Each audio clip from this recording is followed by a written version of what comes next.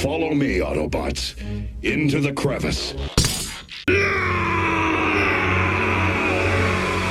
Truck driving is not what it used to be. It's not a fast track to a level of income where you can afford to buy nice things like houses anymore. Although, technically, any decent job could allow one to afford a house back in the day. But trucking was a lot of money, with not a lot of time and money invested on training, relatively speaking. Sure, suddenly finding yourself in a different pay bracket when you are adapted to living small can lead to some self-destructive behaviors, like blowing through your paychecks on hookers and blow. But that's just the negative stereotype side of things. Smarter, more put-together individuals made their families rich on trucking when the getting was good. Like if you ask any boomers who made it to being owners of mid-sized trucking companies how they did it, they'll tell you to mind your own trucking business, or they'll tell you to put your nose to the grindstone and save your money, and then skip over a few details, and then have a stroke mumbling something about bootstraps. But that's just advice from an out-of-touch boomer who already has something. The real answer is that nowadays, non-thug maxers can't compete, because it's a Herculean task to keep up with the endless inflation and regulations. But more on the current meta later. I know it's hard to believe for millennials and zoomers, but that just work hard bro boomer is telling the truth as far as he knows. Boomers could pretty much just work hard and manifest a multi-million-dollar company within a decade with a few good life choices. You know that make money online stuff you see today, mobile capitalists? It's garbage compared to just having a good economy and a government that stays out of your way. Also, most of it consists of selling BS programs and courses to already desperate poor people. But yeah, it's not like it was. The trouble nowadays is that the hamster wheel is spinning too fast and the good choices are running out. And you know what else? Nowadays, we're no longer in the golden or even silver age of trucking. We're in the bronze age, where a lot of the old school guys, on the way out the door, they point at the boatloads of brown immigrant drivers saying that they are driving the freight rates down by slavishly accepting any low-paid insult of a job these greedy companies will dare to offer. Meanwhile, the mega carriers, who employ thousands of truck drivers but rarely retain them for more than a year, are whining like a siren song in the media about a truck driver shortage, and salivating over self-driving trucks to replace so many underpaid wagey cages on wheels. And you know how it is, then they're gonna turn around and tell jobless young men to still be productive members of society somehow. Trucking in the Bronze Age isn't what it once was, but it can be worthwhile if you can persevere in making it work. And not just turn off your brain like you think you've crossed the threshold and now it's happy ever after. Be assured that it's not enough. It's not like one of those classic 70s trucker movies. Like it's just not enough. It's been neutered just a little bit with all the unnecessary cortisol, and the being overworked and underpaid part making little side quest adventures seem a little too unnecessary. Trucking is a truly massive industry that is connected to every other industry in some way, and drivers gain a great deal of perspective on different regional cultures if they care to. Both of these facts could be used to multiply opportunities in your life. I mean, you don't know what you don't know, and don't worry if you can't see that right now, because I put together a whole section mapping this kind of strategy out near the end of this video. So okay, what kind of person becomes a truck driver and what kind of person should? Well, for starters, the easiest path is that of least resistance. People who grew up on farms or doing mechanic work, particularly diesel mechanics, often already know how to operate big machines like semi-trucks. So they already have their foot in the door. They can just grab their license and hit the road for a while. I mean, honestly, as a diesel mechanic, you should be making better money than most truckers anyways. But the value of experiencing different places shouldn't be understated. Drivers with diesel mechanic experience are particularly valued in the industry and will have an easier time making ends meet should they choose to own their own truck, since they know repairs and have a ballpark of what they should actually cost. Military vets are also often attracted to trucking because the tension of knowing you might be shot at gets addicting. And their wives know the meaning of patience. It's written on their tramp stamp tattoos. Seriously though, the military guys like the kind of structure that you can impose on your life as a trucker. They often have mechanical know-how and are just generally the most orderly and prepared kind of truckers, which is kind of huge in this industry, and frankly, a lot of the companies don't even deserve guys like this. The kind of people who really should give their consideration to trucking, but too often don't though, are those who find themselves lost and frozen in this obnoxious and lonely modern world, and who are looking for some step they can bear to make in a useful direction. Maybe growing up was a bad experience, and you were just burnt out on this idea of a career, and slaving away until retirement, so you can like sit on a beach or in front of a lingerie store and then expire. Maybe you don't feel that connection with people, maybe it's been beaten out of you, but you're lonely anyways. And being too frozen to move in any direction is killing you inside and making it hard to let yourself sleep. Chase cheap pleasures all you like, but nothing will feel right without a sense of progress in life. Trucking is as full of snakes and pitfalls as anything else, but at least it can be the thing that breaks the cycle of being completely frozen. I think that's what people really mean when they say that working is good for the soul. That sense of progress can have you feeling a lot better about your life, at least for a while until you need another hit.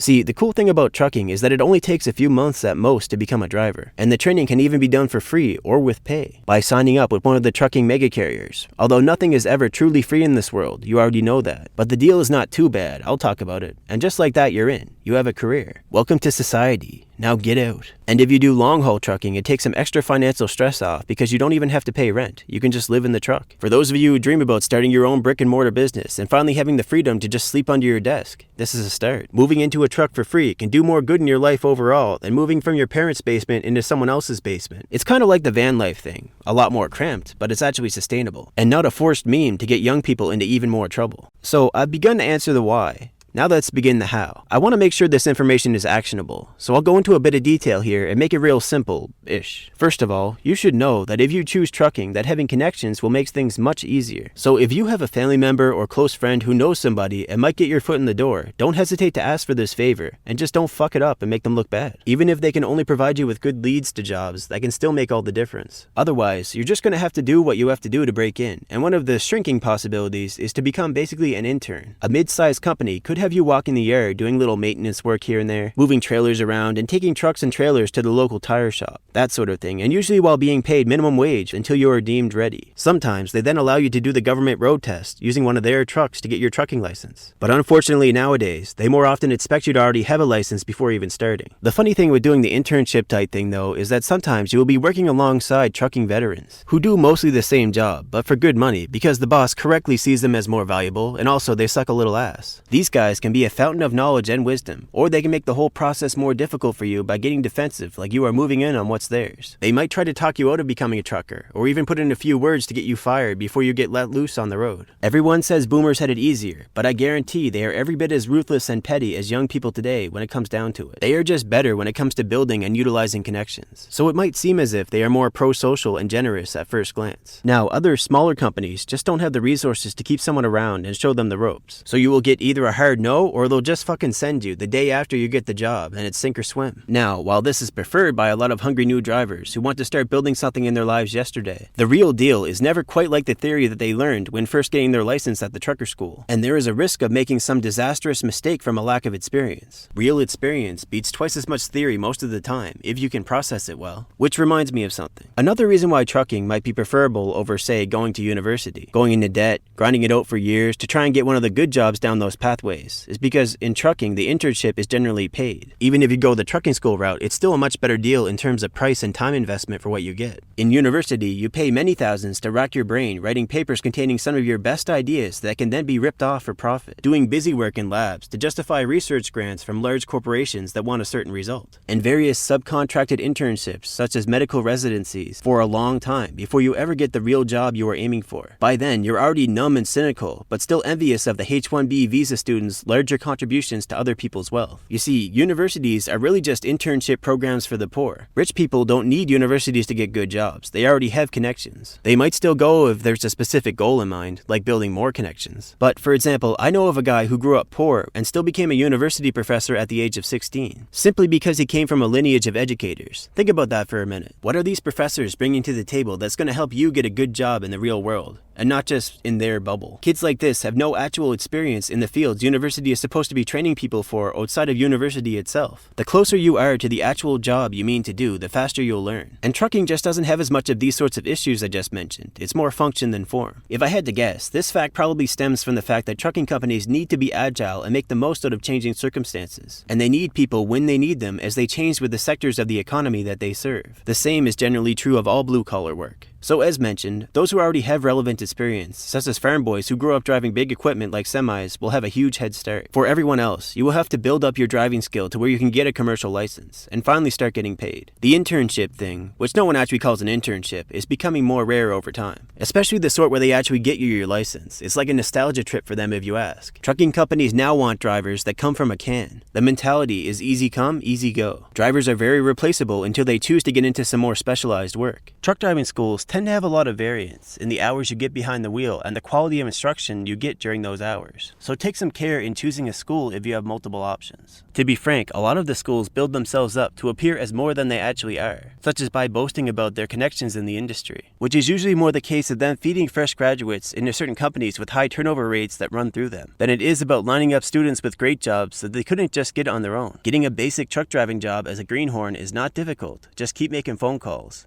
It's the good jobs that don't come easy. And by the way, if you look at the online job boards, you might notice that the pay for driver instructors is about the same or less than that of a basic driving job, which would lead one to think that these instructors still have time to do other work as well. And also, maybe get something nice under the table for drawing more students into the school, and helping to legitimize the concept of these schools as the authoritative gatekeepers. A lot of governments already seem to like the idea and vest the ability to do road tests into these instructors. In Western Canada, for instance, most of the provinces have a relatively new requirement, which is touted as the official response to the Humboldt crash, called the Mandatory Entry-Level Training, or MELT program, which basically gives all the gatekeeping power to government-approved driving schools. I mean, it is true that the circumstances around that crash appeared stereotypical of one of the reckless companies that employs undertrained and overworked Indian immigrant drivers, judging by the charges against the company. Though, in fairness, I should note that some of these charges were later dropped. And also judging by the fact that the driver ran a large stop sign leading to this crash, an international symbol. So most likely, it was either driver fatigue or recklessness, perhaps due to time pressures. But the thing is, the more control over entry these driving schools have, the more they can jack up the prices and demand more hoop jumping and other fuckery, like having you pay to do actual work for local companies and driving internships. Just like what I talked about with the university system. So at a trucking school, after about 2 weeks to 2 months of training, which might include learning different regulations and procedures like chaining up, in addition to the actual driving training, you'll be tested and hopefully succeed in getting your license, your CDL. But if you fail, you might get one more free try before they offer to give you some more training, but not for free, of course. Another option they might give you, if they say you did just okay, is to have you receive a straight truck license instead, which will let you drive non-articulated large vehicles like garbage trucks and dump trucks. And I mean, that's alright, and there's plenty of work to be found for straight truck, especially local and camp work, and some of it pays really good. If you do go with straight truck, I would recommend looking at water truck and vac truck jobs. You can make a lot more than your average trucker doing that kind of work in the oil fields. Like, I really don't want to poo-poo on the straight truck license. It's just that if you're going to spend several thousands of dollars and put in the time and effort to go to a driving school, you really want to get the license that opens up your options as much as possible. An articulated truck license supersedes a straight truck one. You can still do all those jobs. You want to know why the rooster crossed the 6-lane highway?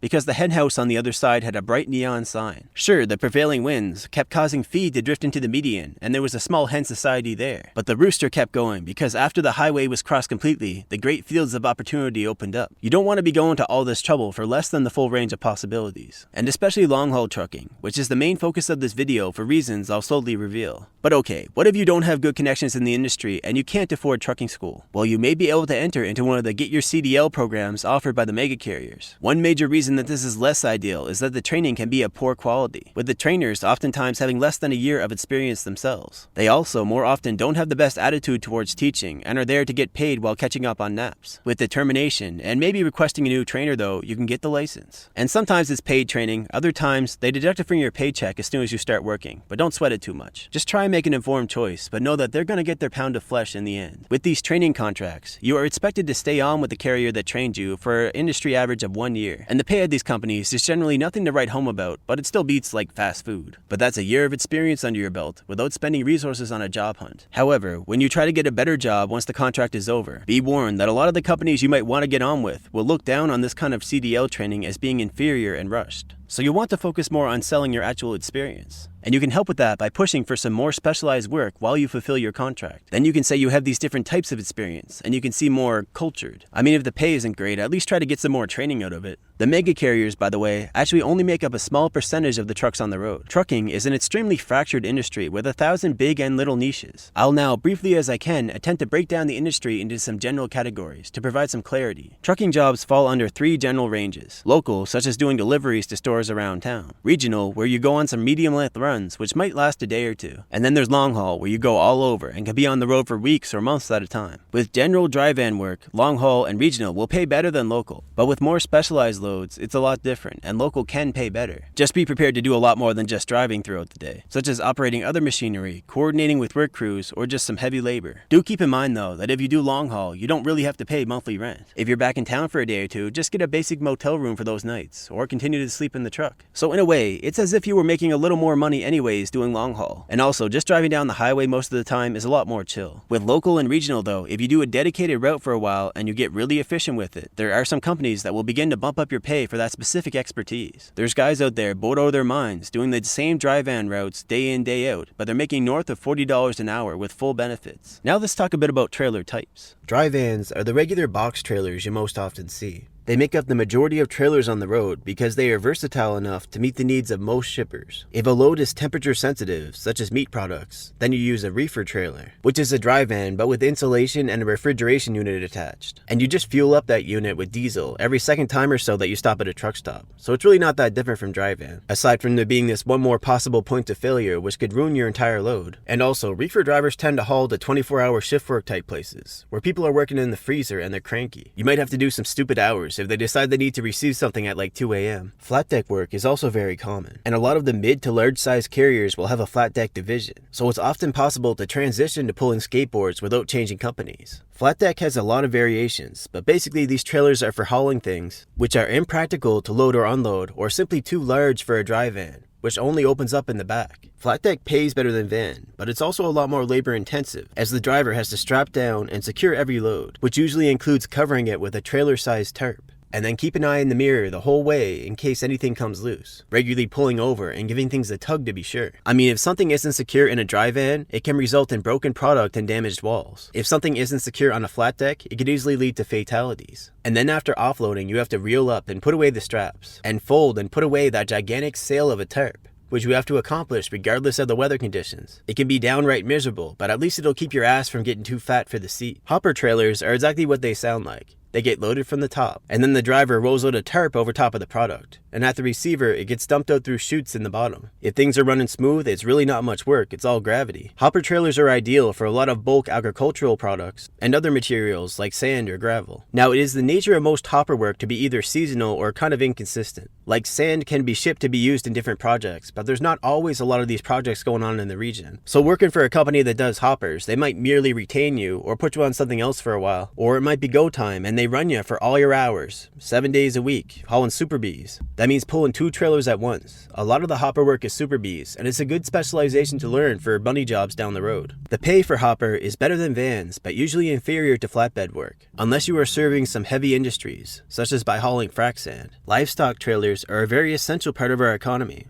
and usually serve as the final leg of these animals' life journeys. This is a hard running job. The hauler has to get there fast when the trailer's loaded, or the animals will start to lose weight and the chances of disease spreading will increase. There's even special exemptions in the hours of service rules to allow these drivers to push a little more than others. The pay that companies offer can sometimes be about even or just a little bit better than dry van, which is a bunch of bullshit. And whatever other kinds of shit, a driver has to get cleaned out of those trailers between loads, often by themselves. Some of these companies have a lot of nerve to be offering a dry van wage for all this, when it should be a little bit above flat deck in my opinion. You have to do a lot of work in a smelly metal cage, in the dead of winter and in scorching summers. It's like some of these companies are trying to pass it off as dry van with animals, when the reality is that the actual livestock shippers are paying way more than dry van shippers. It just kind of pisses me off, especially since these drivers will sometimes get bullied by the animal people. There's companies out there offering actual livestock money for the work too, but it's still a hard life. Car hauling is a lot like flat deck, in the sense that you do a lot of physical work, and you make quadruple sure all the way down the highway that the load is secure. The money ranges from pretty good to really good, mostly depending on the value of the merchandise. If you can talk a company into trusting you with their supercars, you'll be doing alright, but watch your back on the road. Your load is like a trigger for impulsive criminals, cause they can see it, you know? Now, tanker trailer work is similar to hoppers. They both serve agricultural and heavy industries, the latter of which, again, is generally going to pay better. Food loads require a very high level of sanitation in the trailer, which could have you sitting around for a while as a wash bay crew goes over it again and again. Even if you keep getting loaded with the same product, you're still going to need a food level clean once a day. With chemical loads, the main concern with the cleaning standard is avoiding possible reactions between different chemicals. So if you haul the same thing over and over, you can usually just turn and burn. But when you do have to do a chemical clean, it can take a long time because of the funny ways in which some of these chemicals behave. Obviously, some chemicals can be very dangerous, and exposure can cause health problems, most notably cancers, over time. I could sugarcoat it, but that's just how it is. Keep that in mind when you're looking at the pay being offered. It's not as much work as, say, livestock or flat deck, but you do have to take it slow and make sure you follow all the proper precautions, like making sure that the shipper sealed up the trailer properly, so that some low ignition point chemical isn't leaking out the top under the hot Missouri sun. You also want to separate your physical stuff as much from this nasty stuff and its fumes and its vapors and its residue as possible. I know of a guy who was popular with the ladies all through middle and high school, but then he left town for some time to work in the oil fields for some big money, and came back with cancer. He ended up recovering, but now the ladies don't like him so much, because they feel like he must have been physically weak all along. In reality, he was probably overworking and getting sloppy around all the nasty chemicals, and partying and getting sloppier with all that oil money, to the point where he left his body no choice but to get cancer. Even if you never got bitches to begin with, don't be that guy, because then it would just be more pathetic. But yeah, the food tanker stuff is still an upgrade from dry van, and you get the general experience with tanker, usually with an unbaffled tanker, which means the product will swish around in there and push and pull the rig around. Plenty of chemical tankers are also unbaffled, and both often utilize in-transit heat lines, which run coolant/antifreeze from the engine around the trailer to keep the product from losing too much heat during winter transit. You have to keep an eye on these two hoses that all your antifreeze is running through, and make sure that it isn't being put under stress when you make turns or being rubbed somehow,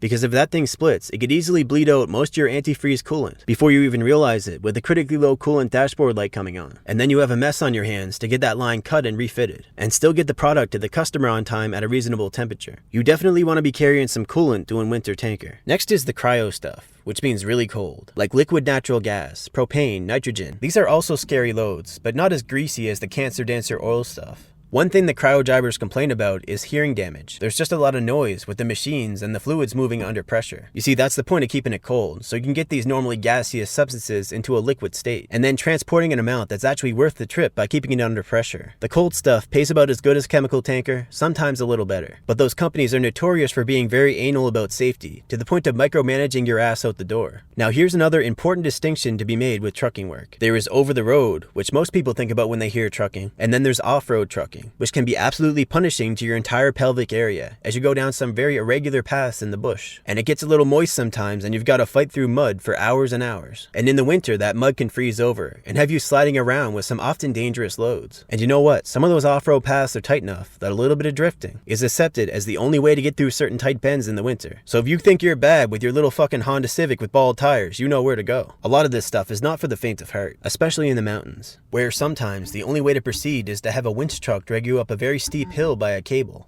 You might also often be working remote, without even basic cell service sometimes. But the money is good to very good. You see, the off-road stuff serves logging, mining, oil and gas, especially in the north, including Alaska. They got some gold mines and stuff. If you see grizzly bears, there's either a national park or there's off-road trucking, basically. It's almost like a protection racket, you know? As long as you allow the salmon to keep flowing, they will also eat the eco-boys who try to sneak in, hurt workers, and destroy machinery. Off-road jobs will often demand a driver who can operate a manual transmission with a level of skill. There is some debate over whether modern automatic trucks can handle the ever-changing conditions of off-road, but the fact of it is, as things stand right now, a lot of these companies only have sticks in their off-road fleets. Either way though, I guarantee those self-driving trucks are much further away from managing off-road than the highway. I guarantee those nerds behind the self-driving trucks have a whiteboard that says mud and a question mark and it hasn't been touched in a while. I'm just saying, off-road is not a bad skill to pick up if you're doing trucking anyways. You might have to spend some time living in remote work camps with off-road jobs, where you'll be around other specialized professionals. But also sometimes the general laborers will include people with shady pasts, so don't go looking for trouble. And if your truck breaks down on the trail, you might just have to try and trek up a hill on foot to try and get some cell service.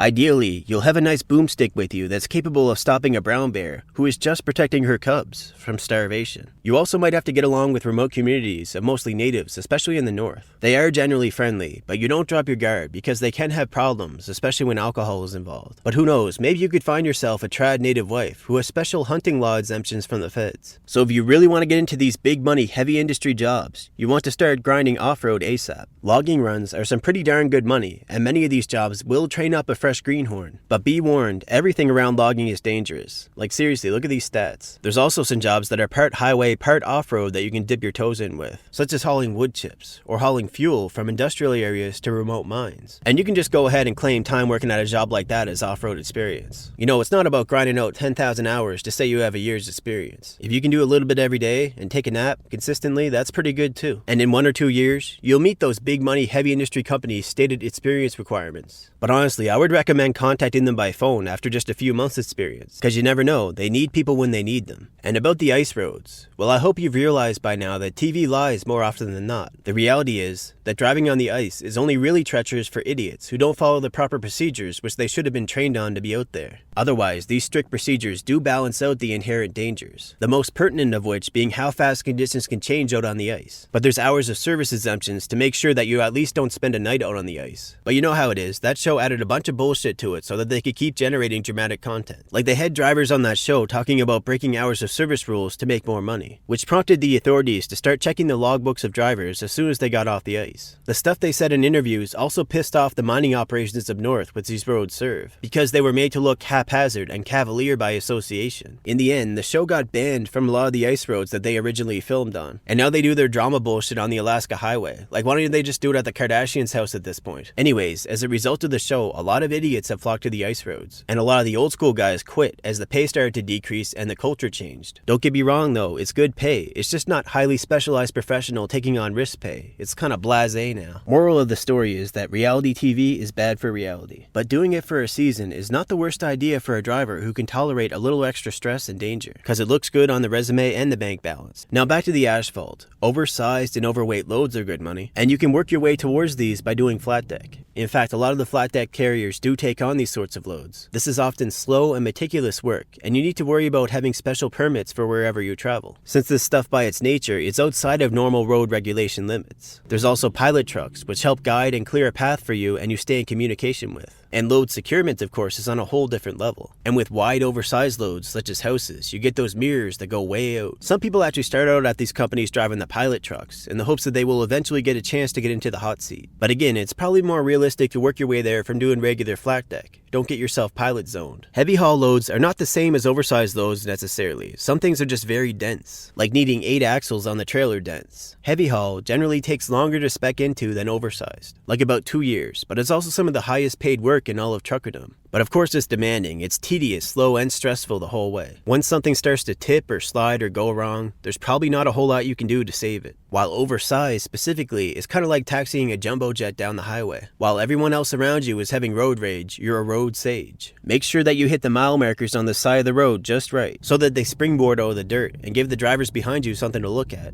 Now here's yet another distinction to be made for highway drivers. There's single drivers, a lot of those, but then there's driving teams, where there's 2 drivers living in the same truck, and they take turns sleeping and driving, so the truck doesn't stop for an 8 or 10 hour rest break. The truck just keeps moving and making the company money, and as a result, both drivers make better money than a single driver would doing the same types of loads. I mean, a truck bunk is small enough that it feels crowded with just yourself, and having one more person in there day in, day out can just be too much. Even if by some miracle you happen to get along really well, it can still be just too much. And then you have to try and get good sleep in the bunk while this other person drives. Indian companies and drivers are big into the team driving. Like, I honestly wouldn't be surprised if they have dispatchers on the road. And it's usually for general dry van type stuff. So it's an upgrade in pay, but still not amazing money. And Indian companies do have a stereotype of not being comparatively fair to drivers. It's like a weird gypsy caste system mentality. Like, they might play a dozen little games with the books to pull nickels and dimes off your paycheck. But you should read everything that you sign carefully and be prepared to jump ship. Anyways, team driving can be alright with the right partner and the right company. Like if you're driving with a brother or you're a driving couple, someone you're time tested with. Another path one might eventually decide to go down is to become an owner-operator. If you own your own truck, you can potentially take home a lot more money than your average company driver. But there's no guarantee that you can always get your hands on the good paying loads, and breakdowns happen, which can make you fall behind on your truck payments quickly, with the lost time and repair costs. Realistically, a decent truck is $100 grand or more, and I'm factoring in the used market when I say that. You want something reliable on the highway. A lot of the used trucks are repurposed on farms as such, where repairs are close at hand. You know, they've had their big miles. This is not something to get into without a solid plan, based on factors you have experience with. Trucking companies are getting founded all the time, and also failing all the time, because they may have been built for one economic situation, but don't know how to adapt for the new one. As a company driver, you can just ride out the turbulence by hopping companies, instead of losing years devoted to making the owner-op thing work. Now, while we're on the topic of making it work as a business, there is yet another distinction to make when it comes to who you might work for hire carriers versus private fleets. A private fleet is when a shipper has their own fleet of trucks, rather than relying completely on outside carriers for all their shipping needs. This makes sense for shippers when they are shipping a high volume of goods on a strict schedule which they need tight control over, and also serves as a form of advertising, and sometimes an opportunity to have their own people interacting with customers directly. Marketing and being a sales rep can be part of the job. Driving for a private fleet tends to pay better than driving for a for-hire carrier doing comparable work. This is because these shippers are investing in consistency, so they seek a low turnover rate and want guys who know the routes front and back, while for-hire carriers just generally don't care as much. I mean, average turnover rate for for-hire carrier fleet drivers is like 90%, while for private fleets, it's a high ball of 20%. Paying drivers more and not playing games keeps them around for longer, who would have thought? In this era of low trust and high cost of living, the days of the company man are numbered, but clearly these private fleets are doing something right. They do also position themselves to demand more experience though, so a good private fleet gig is something to grind for. But not all private fleets are good. Sometimes Sometimes they expect a company man or woman, expecting them to do merchandising and so much unloading to give that personal touch at the customers that they get RSI, and to stick around for years to see their pay go from mid to high mid, trying to fool you into thinking they got Santa Claus on the payroll. The ice roads are calling.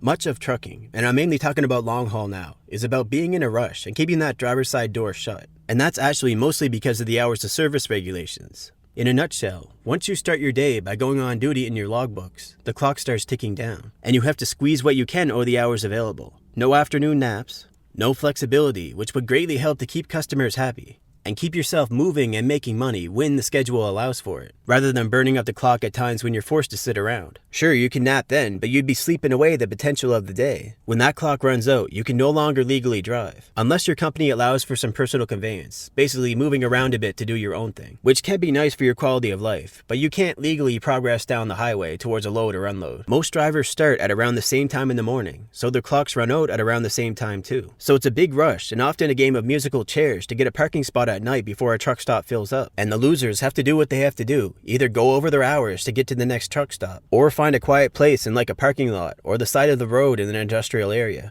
Part of the stated reasons for these regulations is to keep companies from working their drivers into the ground. But the truth is, those same companies that just don't give a shit about their drivers are now using these books as a wake-up timer for their drivers, putting them into situations where they don't get a proper sleep because, for example, they ended their last shift early in the afternoon, so now their rest break is done and they have to run at 2 a.m. Their night shift dispatch will get them on the phone like, "Wake up, loser, you gotta haul pallets now or you're fired." And the funny thing is, they probably won't fire you. They have enough turnover as it is. They'll just keep calling. And when you finally stop answering, they'll call in the local police to do a wellness check on you. Back in the day, drivers used paper logs. They called them comic books, trying to fit in with the rules by claiming superhuman feats. Like, so what if you wrote down that you drove all the way through Wyoming in 1 hour? No one cares, it's Wyoming. With the electronic logs now, it's an arms race, but there's still some major ways to cheat. For instance, some companies will allow drivers to get away with having another phantom driver in the truck, basically running 2 logbooks, but whenever the transport authorities ask, your co-driver had gotten off at the last stop. Now these shady companies, which allow this sort of thing, which risk them losing their running rights on the highways, because DOT has a real hard-on for people trying to play them like this. These shady companies will run their drivers hard, like 16 to 20 hour days. So going with them is more like an amphetamine marathon to make money fast and semi-legal than it is just to get the regulations off your back. Sometimes it's an owner-operator who will choose to run crazy illegal hours. And illegal weights too, but they'll detour around the scale houses. Like running extra hard like that really isn't the way to make a lot of money, I don't think. It's too much trouble, too much fatigue for what it's worth, but honestly these ELDs make your life stupid. They are the reason truck drivers are synonymous with piss bottles. Because finding an easy secluded pullover spot, opening the passenger side door, and feeling the evening breeze is a luxury that doesn't come along often enough. Basically, the ELDs make it less of a lifestyle and more of a job is what they do. On the plus side though, talking about the lifestyle, having your office just a few feet from your bed is a huge efficiency perk. And I do mean office. There's paperwork to sort out and awkwardly write on the steering wheel most of the time. And of course, getting to a shower, getting to a toilet, even getting a proper meal is a bit more trouble. But compared to doing a daily commute in your personal vehicle, I mean, at least you don't start the day with road rage. You do have to do pre-trip inspections, or you should, which is usually alright depending on the conditions outside because you can stretch out a bit while looking at stuff. You check your lights, you check for body damage, did anybody smash into you last night and take off? You check your tires, do they have any concerning wear, is the tread depth good? You'll give them a kick or something to see if the sound is right, and every few days you'll check them with a pressure gauge. You might check your brakes, your steering column, your oil, your coolant, your air intake, and you just kind of scan for leaks, for stuff that looks off. You don't need to be a mechanic's apprentice, but you will learn things, especially if you actually do the pre-trips, and you're not one of those wheels around means it's time to roll guys. And you'll also learn over time as you inevitably have breakdowns. You just don't want it to be for something stupid that was obviously due to negligence on your part. So about the lifestyle and the job. The truth is, unless the money coming in is really good, it's just not worth it to keep pushing into zombie mode and beyond to make a little extra. Outside of a few rare cases, there's no overtime pay in long-haul trucking, which is bullshit, especially when they're asking you to really push and it's not your own decision, but that's how it is. So if you want to make a little more money, instead of driving all these extra hours, it's easier to just hold on to more of what you do make. By making your own meals, for instance, exert a little willpower. You really need some discipline to control the lifestyle and not let it control you. If you can't control yourself, you're literally in a kid in a candy store situation. It's not good. The truth is, companies care far more about the years you've worked and the specific skills you've gained in those years than how much of a donkey biting his own dick you've been that whole time. So just take it easy. Detention days are a reality for truckers who travel any considerable distance. Something will happen. Maybe a shipper isn't ready with the product when they said they would be. Or maybe there's a big breakdown. Your drive line fell off and now you gotta sit, boy, sit? Well, first off, for every 24 hours you're stuck sitting, you should be getting detention pay. So long as it's something outside of your control. Like you can't just show up to the shipper a day early and ask for detention pay. Detention is a big part of the trucking lifestyle, and unfortunately, a lot of the places that you stop at will suck.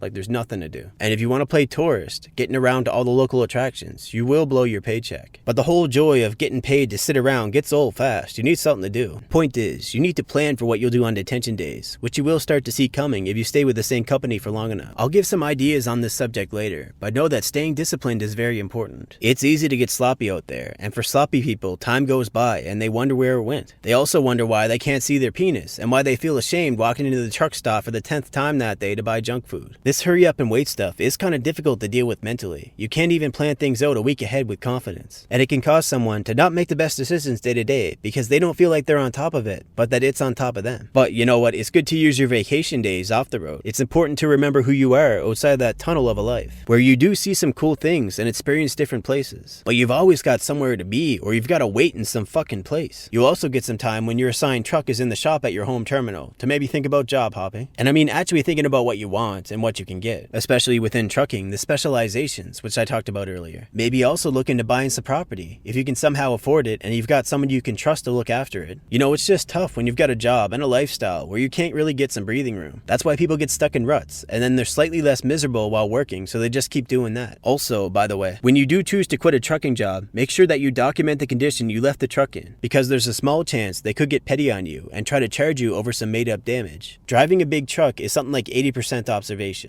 You're sitting higher than the drivers of most other vehicles, which means you can see further ahead than most, and you should be taking advantage of that, making gradual adjustments so that you don't get caught up in some stupidity that you see brewing. Greenhorn drivers can often have trouble managing a path, especially once they're off the interstate. And for instance, they probably shouldn't leave the freeway at night in an unfamiliar and heavily populated area. It's a little too easy to make one wrong turn, and suddenly you're haunting around some new subdivision, unable to retrace your steps, taking out mailboxes on tight cul-de-sacs, and driving up hills onto dead-end unfinished roads. So that then you have to back up, avoiding giant rocks and storm drains sticking out of the ground. Not to mention ditches and houses, while you hope against hopes that you don't hear police sirens approaching, because you know you're not supposed to be here. All it takes is one Karen. That's why you run around the block to ask for directions out of here, so they don't see your truck. You might also end up in like a rougher ghetto type area, where every single yard has a pit bull sizing you up and there's free range chickens everywhere, and you gotta back your trailer up a side street to turn around without hitting any power poles, because the railroad tracks that cut across the main road are on a huge mound that you can't get your truck over. You tried, but then you nearly got the truck hung up and stuck in front of an oncoming train. And while you were admitting defeat and trying to back up, the arm thing that comes down in front of railway crossings came down between your truck and trailer. Of course you managed to push it aside, but those things are pretty flexible. It scraped up the side of your truck and slapped your mirror. And now you got to explain this shit to the boss, who's 98% sure you ran into a sign or something. Using an actual trucker atlas isn't a bad idea even these days, because it will force you to actually think about your path, rather than just turning your brain off to let the technology tell you what to do. Humans conserve energy where they can by nature, which is a central point to the dangers of technology. Technology which is not always all that accurate or suitable for your specific needs. It's good to have, don't get me wrong, but it's good to think too. So there's three major types of backing. Straight line is the easiest, but you need a lot of room to set it up. The only real trick you need here is that you should use one side mirror to aim the trailer, and the other one just to see that you're not going to hit anything. If you try to aim using both mirrors, you will get confused and put a kink in the trailer. The next level of backing is the driver's side backing, where you're putting a cut in your trailer connection towards the driver's side, which is easily visible to you. You can stick your head out the window or even get 1 foot out the door to see it really well. Or just completely get out of your seat and stand on the step. I mean, going that far doesn't really add much unless there's a stack in the way, and there's a slight risk of slipping and losing control of the vehicle, but it looks cool. Your visibility on the other side of the trailer though is nearly zero, so if it's tight, you might want to get out now and then, do the jog to the end of the trailer, and make sure you're not about to hit something on that side. Now, blind side backing sucks. All you've got is the passenger side mirror, which you've got to keep adjusting to see the side that you're cutting in on, which makes it hard to keep track of the current level of cut in the trailer, and thereby how aggressively it's going to keep cutting as you push it. If it's a tight spot, you'll want to get out of the truck here and there to get a snapshot of the whole picture, and you might just want to get another driver to spot you, especially the drivers parked next to the spot that you want to get into, because it's a lot less of a pain to spot you than to sort things out after you smash into them. As a trucker, you want to avoid this one, but you should still practice it if you've got an empty lot and some time, because some of these truck stops and some of these shippers leave you no choice.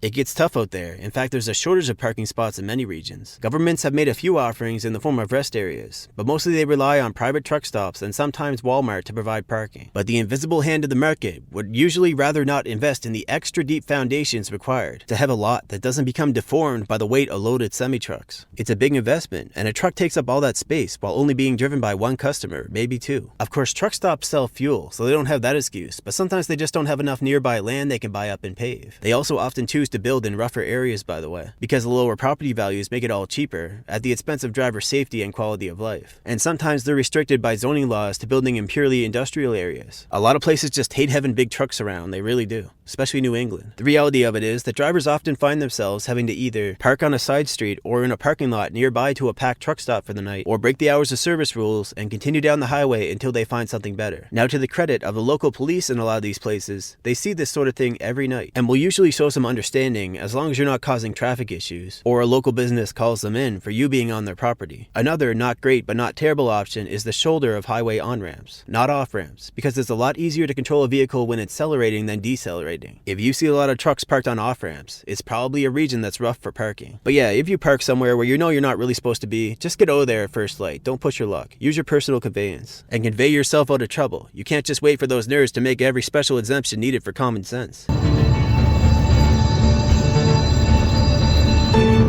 Every single winter, the I-29 from the border with Manitoba to about Iowa becomes carnage. You got trucks fishtailing, doing a full 180 before being whipped into the median by their trailer. In fact, most of the trucks in the ditch around that time of year tend to be facing the wrong way, so you know that's what happened. And then you've got the four-wheelers who are lucky enough to go for a skid and blow straight through a trailer, rather than the many other possibilities of sliding into a semi-truck where they end up dead. Most of the ambulances that have to brave the ice to reach a scene are headed for four-wheelers, you know, regular drivers. But that reality doesn't make four-wheelers any smarter out there. Obviously, if there's a collision between a semi-truck and a four-wheeler because of the ice, the truck driver is a lot more likely to survive because of mass and height. But you know, if you kill a bunch of people, you do die a little bit. The most dangerous time of year for ice is right at the start and end of winter, where the temperature hovers right around the freezing or melting point. So say the snow on the road melts and then covers the road with a thin layer of water, which then freezes overnight. That's one of the ways you get black ice on the road, which is called such because it can be very hard to see, because there's not many air bubbles or irregularities to refract light when you freeze a thin layer of water. So here's a few tips for getting through these kinds of conditions if you must. You want to be driving slower than usual, but not so slow that you start to fishtail from the lack of momentum on the next patch of ice. You kind of just have to stay prepared for periods where you just can't influence the truck's momentum. If you try aggressively turning the wheel, for instance, you're just handing it over to Jesus. And hard braking is also a big no-no in icy conditions. There's a good chance that your wheels will just brick up and start sliding on the ice, meaning you just sacrifice whatever degree of control you had left for nothing. You need to do light tasks with the brakes, both when you need to slow down and just because sometimes, to get a feel of your current level of traction. By the way, the other danger of hard braking on ice is that even if you start to slow down your tractor, a loaded trailer has more mass and therefore will have more momentum, so it's more likely to brick up and then slide forward around your tractor to create a jackknife situation. It's very important to keep your trailer lined up behind you, and to that end, you basically have two good options to regain a situation where it's sliding out. One is to accelerate a little bit when you hit a good patch of road, which gives the trailer a good tug, causing it to snap back into place behind you, although if you overdo it, it could keep sliding the other way. The other option is to gently pull on the spike, meaning just the trailer brakes, which can also get you into a preferable situation where the tractor is pulling rather than the momentum of the trailer pushing. And if you happen to see a pileup forming in front of you, you either have time to stop using gentle braking techniques or you need to gently steer into the ditch. This really isn't the place for engine brakes either, because those are not good for fine touch adjustments, and also because they affect only the truck's drive axles directly, meaning you're working with less traction area than the normal brakes, which affect all axles. When the snow is really blowing, you will appreciate a good pair of sunglasses. It's one thing to get temporary snow blindness on first exposure, and another to have all that refracted light and UVBs wear on your eyes for hours of driving, straining yourself to keep track of where the road is the whole time. Plenty of trucks end up in the ditch, even if there's no ice on the road because of whiteout conditions. And it's also easy to rear end a slow-moving snowplow, where you can see its warning light, but you can't really make out its form until you're right on top of it. In whiteouts, you receive so little information with your eyes that your mind's pattern recognition will play tricks on you. You'll start to see packs of wolves running beside you, and the shadows of snow snowdrifts from a crosswind will look like tire tracks and lead you right into the ditch. There's more ways to keep track of the path than just your eyes though. A lot of the more built up highways will have rumble strips, which you can ride and keep track of where you are on the road. They also help with traction when there's ice. And a lot of the 4-lane highways, meaning 2 lanes in either direction, are actually sloped on either side so that water runs off into the ditch. Well, you can feel it when you cross over the peak between those slopes. There's like a little resistance and then you burst through. And if you can just stay close to that peak, you'll be at the center of the 2 lanes. But really, as fun as it is to kind of fight the storm, it's best to just get off the road until conditions improve. It's risky and it's hard on a driver. And when you do pull into a small town gas station or whatever, do mind what might be hidden in the snowbanks. If you hit a fire hydrant and then an above ground fuel storage tank, they don't cancel out. You'd just be making local conditions even more elemental and messy. In the north, or even a lot further south when the polar vortex wanders, it gets cold enough to not just freeze your exposed face in minutes, but even your penis tucked away in your trousers. And if you happen to be wearing steel toe boots or shoes, your toes will get cold fast outside, which will in turn cause your penis to feel frozen and numb just because of the way that nerves work. In this kind of weather, it's best to just keep the truck running non-stop until the wind stops feeling like any exposed skin is getting scourged with razor blades. Otherwise, you could get a gunky fuel line and it won't start again. There's diesel treatment products for cold conditions, which you should probably use also. Now, the fuel pumps at the truck stops might have a sign that says to turn off the engines while fueling. But really, when we're talking about diesel fuel, it doesn't have nearly the level of flammable vapors or low ignition point of gasoline. In fact, diesel engines actually compress fuel to combust it rather than using a spark plug. So unless your company has some specific policy about it, just leave it on if it's really cold. And also, do keep yourself warm in the truck. If you're blasting the heater, then take your coat off because insulation works both ways. That way, you can last longer working outside the truck before the discomfort starts to set in. By then, you've already toughened your mind to it, and you're generating your own heat and distracting yourself with vigorous activity, such as river dancing while you try to get the DEF pump working for a while until you finally give up and just buy a bottle of the stuff. Only reason why you might want to not run the heater in your truck at all is so that snow will bounce off your windshield instead of sticking to it, and then melting and then refreezing into a sheet of ice that your wipers can't deal with, unless you're a total dingus or have unreliable equipment. Mountains really aren't that big of a deal. The roads go up and down through the valleys and all around the mountainsides, with some awesome views and sheer drops right next to the road, and a lot of wildlife, like those bighorn sheep that you kind of have to bug for a little while before they get off the road. You want to keep the speed down so that you can react well to all the bends and twists, because sometimes it gets tight and maybe there's another semi coming the other way, or maybe there's a huge boulder on the road. You don't want to be under it, you don't want to go over it. The long downhill sections can be a danger because of brake fade, where continuous use of the brakes will cause them to heat up, expand and soften, meaning you lose stopping power. It's not uncommon for trucks who just made it to the bottom of a long downhill section to have brakes that are smoking or on fire. If your brakes fail entirely and you lose control of your speed, your last hope is to take one of the runaway lanes, which are added to these long downhill sections. They will do a lot of damage to the truck to get it stopped, but once your brakes are gone, you should think about your life and not hesitate. You can just imagine what happens if you keep screaming down the mountain until you fly off the road. You can mitigate brake fade by entering the downhill sections at a lower speed, and then letting the speed creep up a bit before touching the brakes to bring it back, and repeat. Or rely on your engine brakes, which require good traction but don't cause any brake fade, but more likely a combination of the two, because engine brakes, which use the engine's compression to put some stopping power in the driveline, are only so strong. Now, winter driving in the mountains is on a whole nother level. Most of the major routes through the mountains require you to chain up during the winter months, and chaining up in the dirty, wet, cold snow might be miserable, but not nearly as miserable as going for a big toboggan ride. The weather in a mountain range changes quickly because the clouds will just smack into the peaks and deposit their contents, and you can get stuck pretty quick when snow is being dumped on your head. In some places, they regularly have to preemptively set off avalanches and then plow it off the road before it's considered passable. And it's not much fun either when all that snow starts to melt while still getting hit with clouds. Especially for the off-road guys in the mountains, it gets really mud.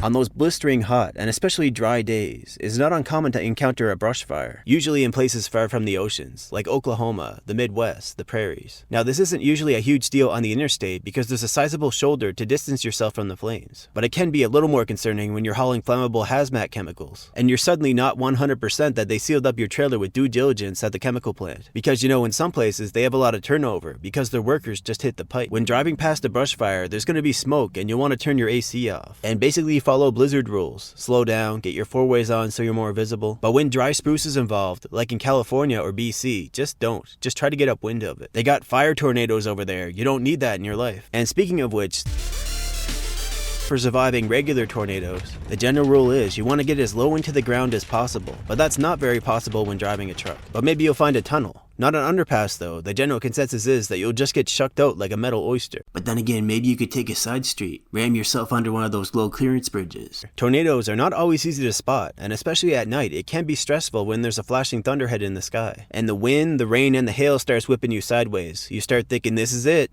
In the dark. There's not really a whole lot you can do when you're driving through Tornado Alley and it's in season, because these systems come through in bunches. So either drive in the day and maybe avoid one that has your number, or drive in the night and not see it coming. Pick your poison. And being out on the road all day, if you don't have an abundance of melanin, even the sun is out to get you. Sunscreen is good, if you're not trying to look like Two-Face with half your face aged an extra 20 years by the sun. You see, windshields are actually laminated, which protects you from glass, but also a great deal of the damaging UVBs. It's the sunlight that gets through the driver's side window that messes you up. One possible fix for this, which can be difficult to make work for such a window at a reasonable price, is to use one of those glass tints, which block UV rays, but without blocking much visible light. They use it on like patio doors to stop furniture from being faded by the sun. High wind areas, like highways near mountains, or sometimes near the coast, and sometimes hurricanes, are not healthy for unloaded van trailers. You could easily go for a tumble, but if you do start tipping, you should think like a sea captain, and steer into the wind, or directly away so that you're not getting broadsided. If you are a four-wheeler and you happen to be driving near a truck, just go away. We have important trucker-type things to do, okay? Just go. Just use the service road, bro. Yes, the four-wheelers on the road have a bigger dick than you, the truck driver, even the women. And they've got much more going on than you, too. That's why they're always texting. From a trucker's perspective, four-wheelers are like a flock of sheep that you don't own, but you still must shepherd, protecting them from themselves until you move on. And their ignorant decisions are no longer your problem. It's amazing how frustrated people get when you obstruct their crappy slog of a life for even a moment. It's like they focus all their other shit on you, and now you're the one directly in the way of all their hopes and dreams, and not their lack of a support network that isn't just a bunch of alcoholics. If they try and give you crap about how you cut them off or something, just tell them that you have complete surveillance all around the truck, and watch them just give up.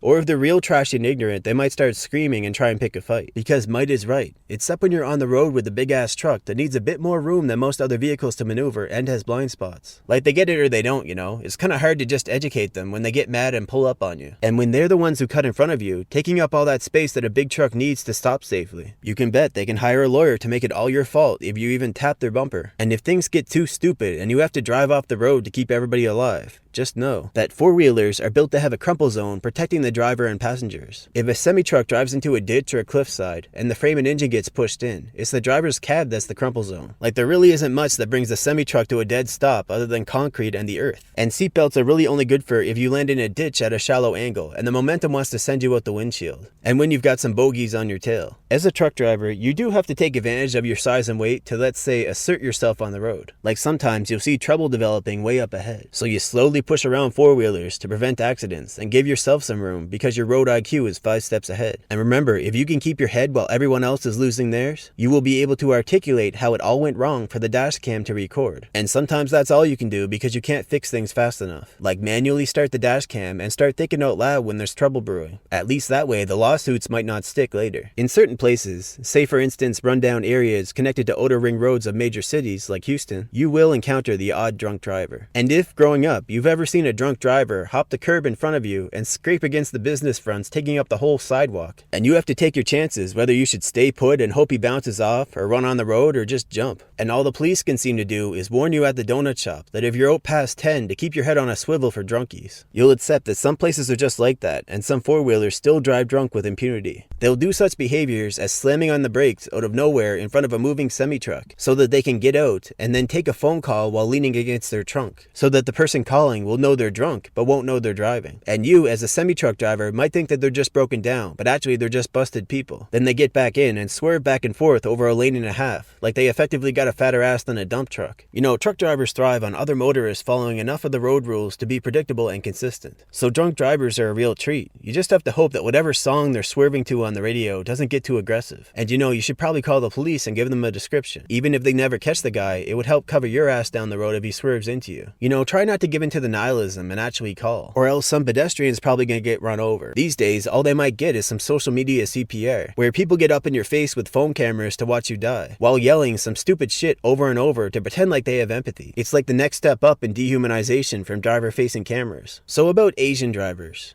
And by that, I really mean Asian women drivers. And by that, I really mean female drivers in general. So you've probably heard the stat that women drivers are more likely to get into accidents in general, while male drivers are more likely to get into fatal accidents. Well, women are naturally the more safe drivers in a way, but usually that takes the form of a sort of power saving mode where they stay within certain parameters well, as opposed to constantly spending more mental resources on heightened awareness. This strategy can cause little fender benders from small lapses in awareness, or if something unexpected happens and they just hadn't thought of the possibility beforehand. It can be very shocking coming from that power saving state and create a panic ladder effect, which can get somebody killed if it keeps going and the situation doesn't settle. And yes, I know I'm generalizing a lot here. Not all women are like that, but there are a lot of former truck drivers out there that quit the work after nearly killing some zonked out soccer mom. Sometimes not nearly. No matter how a major collision goes down, if there's a serious injury or fatality, there is a good chance that the truck driver will be targeted in $1 million lawsuit. You'll be lucky if the company you work for isn't too busy protecting themselves to look after you. And by that, I really mean if your fates in court happen to be intertwined. Some of the cheekier sue happy four-wheelers out there will read the big sue the truck driver signs on the side of the highway and decide, hey, I don't need to work. But they're a bit smarter than to just get in front of you and slam on the brakes, because your dash cam would pick up the brake lights. So instead, they invade the space you need for stopping and just let off the gas. Rear-ending someone always gives them a foundation for their arguments in court. So you gotta just back off and play the game, meaning you use other vehicles to box them in and get away. All you gotta do is slow down, let a few cars build up behind you, and then pass them. Those other cars will most likely follow you and thereby put themselves between you and that car that was twerking on your bumper. The proud sense of professionalism in trucking is on its way out. Maybe it's the less livable wages, the more intense regulations, or the influx of recent immigrant drivers, but the trucking brotherhood isn't what it once was. It's also hard to deny that some of these new immigrants are somehow getting their CDLs without even knowing the basics. Like not trying to use a coffee shop drive-thru as a turnaround spot, and not panicking afterwards and backing their trailer into a ditch because they rushed and didn't put the right cut into the trailer. And now all the other drivers are blocked from getting in and out of this truck stop until the tow truck arrives. All because this guy didn't want to do a big loop turnaround in the lot and he wanted to be fancy. Is that what they teach in Jackassistan? So now these other drivers will take one look at him or the company he works for written on his truck and think skill issue. In Canada, I'm aware that not long ago there was a program where a bunch of new drivers from foreign lands got rubber stamped in, and there may be more similar loopholes open in the future. The funny thing is that the foreign drivers who are actually trained and experienced in their home countries are oftentimes expected to start over from the beginning in Canada, which discourages them. There just seems to be some interest in opening up this backdoor fast track now and then. Without regard for safety on the road, some of these guys have their training experience as a name on a second logbook, in a truck they've never even ridden in. And so the driver shortage continues. I would guess that the low-paying mega carriers play their part in this situation as well. Not all mega carriers are terrible, by the way, but yeah.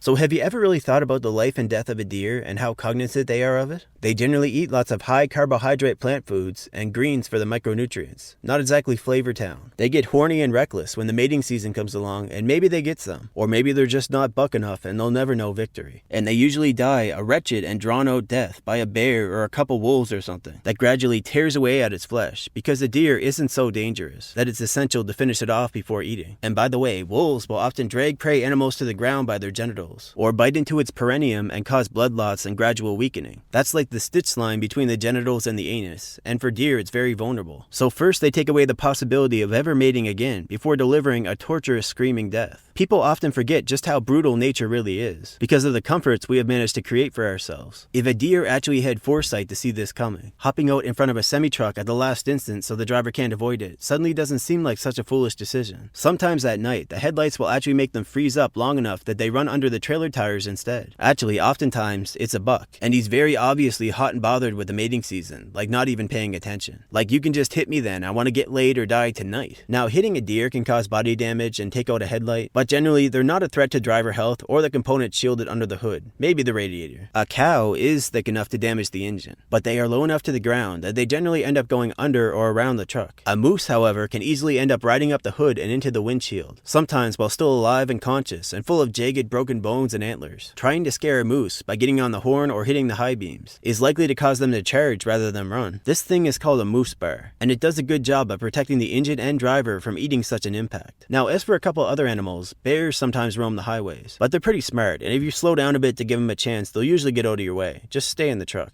Duck crossings aren't dangerous per se, but sometimes a driver will hard brake because he doesn't want to run over the duckies, which is just one more reason to maintain a healthy following distance. And then there's the protesters who block the roads, especially for oil and livestock drivers. Just think, the governments could be working on creating good jobs and having people struggling less, and contributing more positive things towards the betterment of humanity in general. The reality is that a lot of the protesters don't do it for free. They get their money from NGOs or philanthropists, or sometimes the police are told to look the other way while they loot small businesses. Some of them just do it because they think it will get them laid, which is why a lot of men work so hard, of course, just to get it. But these guys have got it figured out. They just LARP as a football player who can stop a semi-truck at 40 yards from the gate. Some of these goobers get too caught up in the crowd mentality and their own inflated sense of self-importance, and they put themselves directly in the path of vehicles on the road, and semi-trucks. Public opinion is against virtually all these groups, but they just keep appearing. The best thing a semi-truck driver can do if they can't reroute to avoid them is lock your doors, go slowly but do not stop, and dash cam. And really try not to run anybody over. You know, don't give them their stupid prizes. And obviously, don't get too caught up in it. A lot of it just serves control tactics like divide and conquer, or causing disruptions that chip away at the middle class and small businesses. That sort of thing. I'm not trying to get too much into it, but it's just something to be aware of.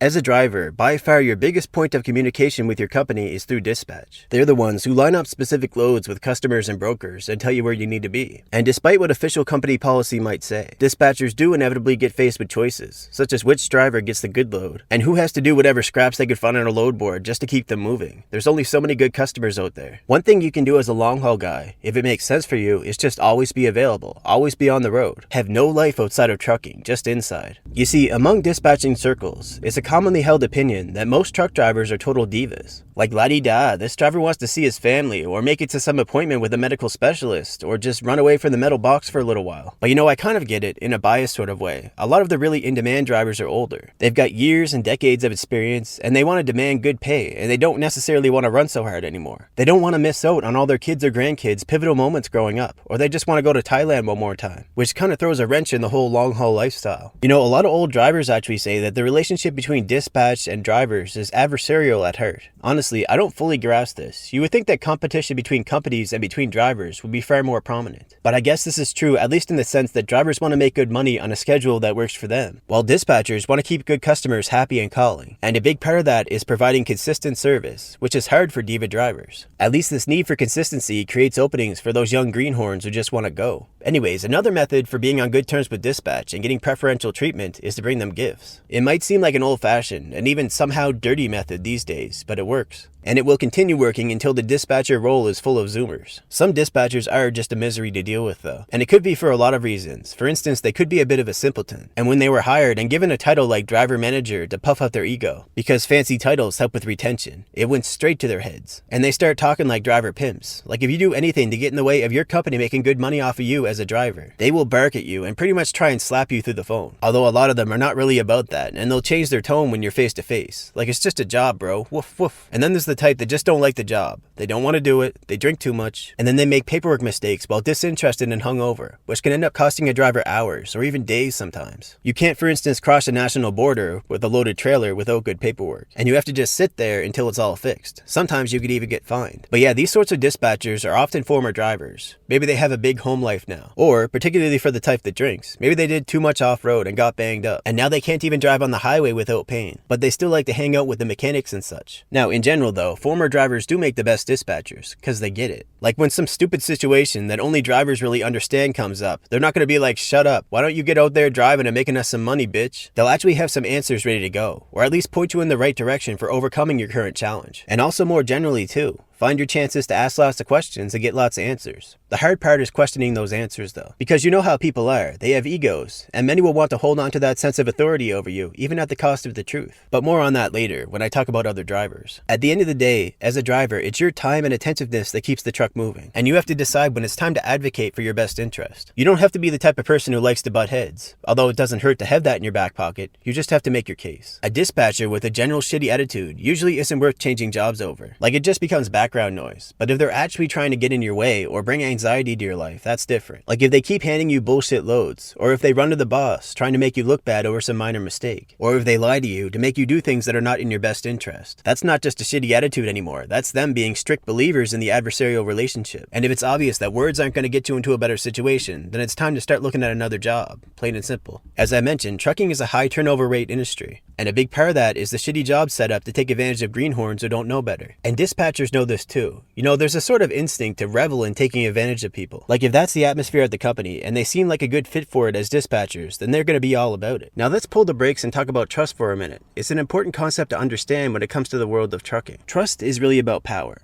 The power that someone has over you makes you trust them whenever you need to get something done without encountering a ton of resistance and roadblocks. People love to put you in a position of having to trust them. It gives them tons of leverage. And they have the option of screwing you over big time in their back pocket as a psychological advantage, even if they never use it. I'll give an example to make this more clear. When you are poor, you have to make the hard choices. And many of them involve placing trust in others, such as bending over backwards, to try and continually meet the requirements for government assistance, which they can take away at any moment, or play games with you and entrap you, which makes it very hard to transition back into working, especially when you can flip burgers all day for barely anything more. Trust is for people who are too poor to be actively cynical. It's for people who have to deal with the whims of a gigantic monopoly corporation to get a particular service, because there's just no other options. Now, if you do manage to get off of those programs and make a bit better of an income, say with trucking, then they're just going to take back a larger percentage of your income through taxes, inflation, and 1,000 little schemes. And a piece of that will go back into the programs, so someone else will have their subsistence money if they're willing to jump through the hoops. And maybe that person will get too comfortable and they won't escape, but still somehow reproduce using all their free time. And the next generation in their family will become stupid and ignorant, with a weird sense of entitlement. They'll probably die from overdose or violence relatively young, especially if the programs run out for them. It makes a lot of sense to trust strangers with your financial stability if you just don't think about it. To put it another way, when people force you to trust them because you don't have a choice, it's the same as being held hostage. In fact, it's not really trust, it's Russian roulette. And considering that most people don't have your best interest in mind, eventually you're gonna get shot through the heart.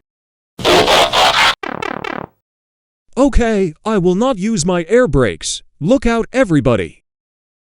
Wee woo wee woo wee woo wee woo wee woo wee woo wee. Officers of the law come with different attitudes towards truckers. Some would like to give you a break, while others have ticket quotas, sometimes just in their head. And they will not let you off with just a warning if they bothered to pull you over. Others still are king shitlords who will do whatever they can to make your life miserable because they get off on it. So be cool, but never drop your guard. You sometimes have to put your pride aside to come out unscathed. And I won't lie to you about this. It is the case that suffering humiliation has a tangible cost in your life. Your brain receives a message that you just can't hang when encountering men and women who wish you ill, too much, too often, and you will start to freeze up when encountering situations that even resemble these memories of humiliation. It's a failure to survive as an intelligent being, so now you turn into a fucking statue and people around you think you have a brain disorder. They might even think that you are quite rude. Bottom line, it damages your life. But pick your battles you must. Don't have your Waterloo over some asshat with a badge. If there's one good thing about humiliation and bullying, it's that it reminds you of the weakness and fragility of your position, and the need to not become complacent in life because it can be ruined or ended at any time. Better to just remember those moments and stay angry. But anyways, most officers you'll deal with will be okay if you can be cool. Simple as that. The primary enforcement people that truckers deal with are the DOT, Department of Transportation. Usually when they get pulled into the weight stations at the side of the highways. Usually they just get your weight and send you on your way if you're legal for the roads. But sometimes they pull you in and they want to inspect different components of your truck to see if it's up to code. And sometimes your paperwork and logbooks to be sure you're fully compliant with all the rules. So if you get pulled in and you've got bad logs, that's your cue to start sweating. This is where they slap drivers with big fines and put them out of service so they can't drive for a while. On top of damaging your company's reputation with DOT because they tend to keep score. Eventually it can get to a point where a company's running rights on the highways in a particular area are revoked entirely. If you drive international, you have to deal with border guards. For the purposes of this video, I'm mostly just going to talk about the Canada-USA border. But a general overview of the USA-Mexico border is that it's pretty slow for truckers, with even day-long wait times when trying to cross north into Yankee land. This is because of some government departments that are actually trying to control the surge of migrants crossing north right now, and for much more far-flung places than just Mexico, by the way. It's like a staging area for all the people who want to brute force their way in, with there being more than enough American politicians willing to open up the San Judas break for a bag of silver nickels. A disproportionate amount of these politicians and judges are women, by the way, so stopping the human flow is going to go about as well as the war on drugs. A lot of the freight, bulk, and so forth actually gets traded off on the American side of the border, so it's the Mexican drivers who mostly cross. We all know it's violent down there, and especially near the border, with a few different groups vying for more power. If anything, it gets downplayed just how much control these groups have over the region. Like if you ask some of the old school guys, you'll hear the stories of trucks getting shot at randomly while driving near the border. I mean, you don't want to wake up on the steps of a pyramid with cartel members pointing their camera phones at you, is all I'm saying. A driver from America probably shouldn't put himself in a vulnerable position in or around Mexico, such as getting addicted to their women. But at least the homemade tacos and burritos sold in these border regions have a stellar reputation. So, the Canada border, the largest land border between two countries. In the east, there is a lot of crime going on within the New York City-Montreal sphere, and the border guards can be a bit more uptight than average. There's a lot of money in human trafficking these days, and this corridor is a major route for people being snuck into the USA. American farmers in the region see more and more migrants just marching south from the border, and they often look to be Central or South American. It's hard to know at this point whether moving people or drugs across the border is a better business model overall, so most groups just do both, and send them all into big American cities to do whatever they do. For a long time, Montreal was known as this formerly more subdued Catholic city that was full of beautiful, more European-style women, just waiting for black guys from New York to start bringing their money. At this point though, the corruption, and less loud but more insidious forms of crime are becoming a great burden on the city, making it hard for the actual residents to live, and only really good for vacations to a place with a European feel, and with all that entails. And there definitely is some connection with New York City. For instance, back in 2015, a Montreal mafia figure, Reynold Desjardins, pled guilty for conspiracy to murder a mob boss in New York named Salvatore Montagna, with the two groups having been at war leading up to this. Montagna was at one time a head of the Bonanno family, which had formed a relationship with the Corleones of Montreal in the early 50s. All this would suggest that there is some trafficking routes, drugs, and people between the two cities worth fighting over. You could trace it back even further to the colonial days if you wished, but that's enough with a history lesson. The Great Lakes region is actually surprisingly lax for border crossing truckers a lot of the time, likely due to the sheer volume of traffic wearing the guards down. In the Midwest, it's also generally relaxed, and mostly just concerned with invasive species, diseases that affect agriculture, and the mysterious avian flu, so they might want to take some of your groceries going south, but they're generally pretty laid back even if it's a slow day for them. At the western crossings, going from BC into Washington State, are the most hard-nosed border guards. They will be rude from the get-go, and some will even attempt to escalate their friction with you, followed by talking down to you and threatening to take away your freedom if you don't show them some more respect and call them sir. In fact, you might meet one guy, say at the Sumas border crossing, that would absolutely make your list. You might not even know you have a list until you meet him, but suddenly you do, and he's on it. Anyways, as you might have picked up, in general, the USA guards are more hard asinine than the Canadian ones. After all, the USA has 10 times the population,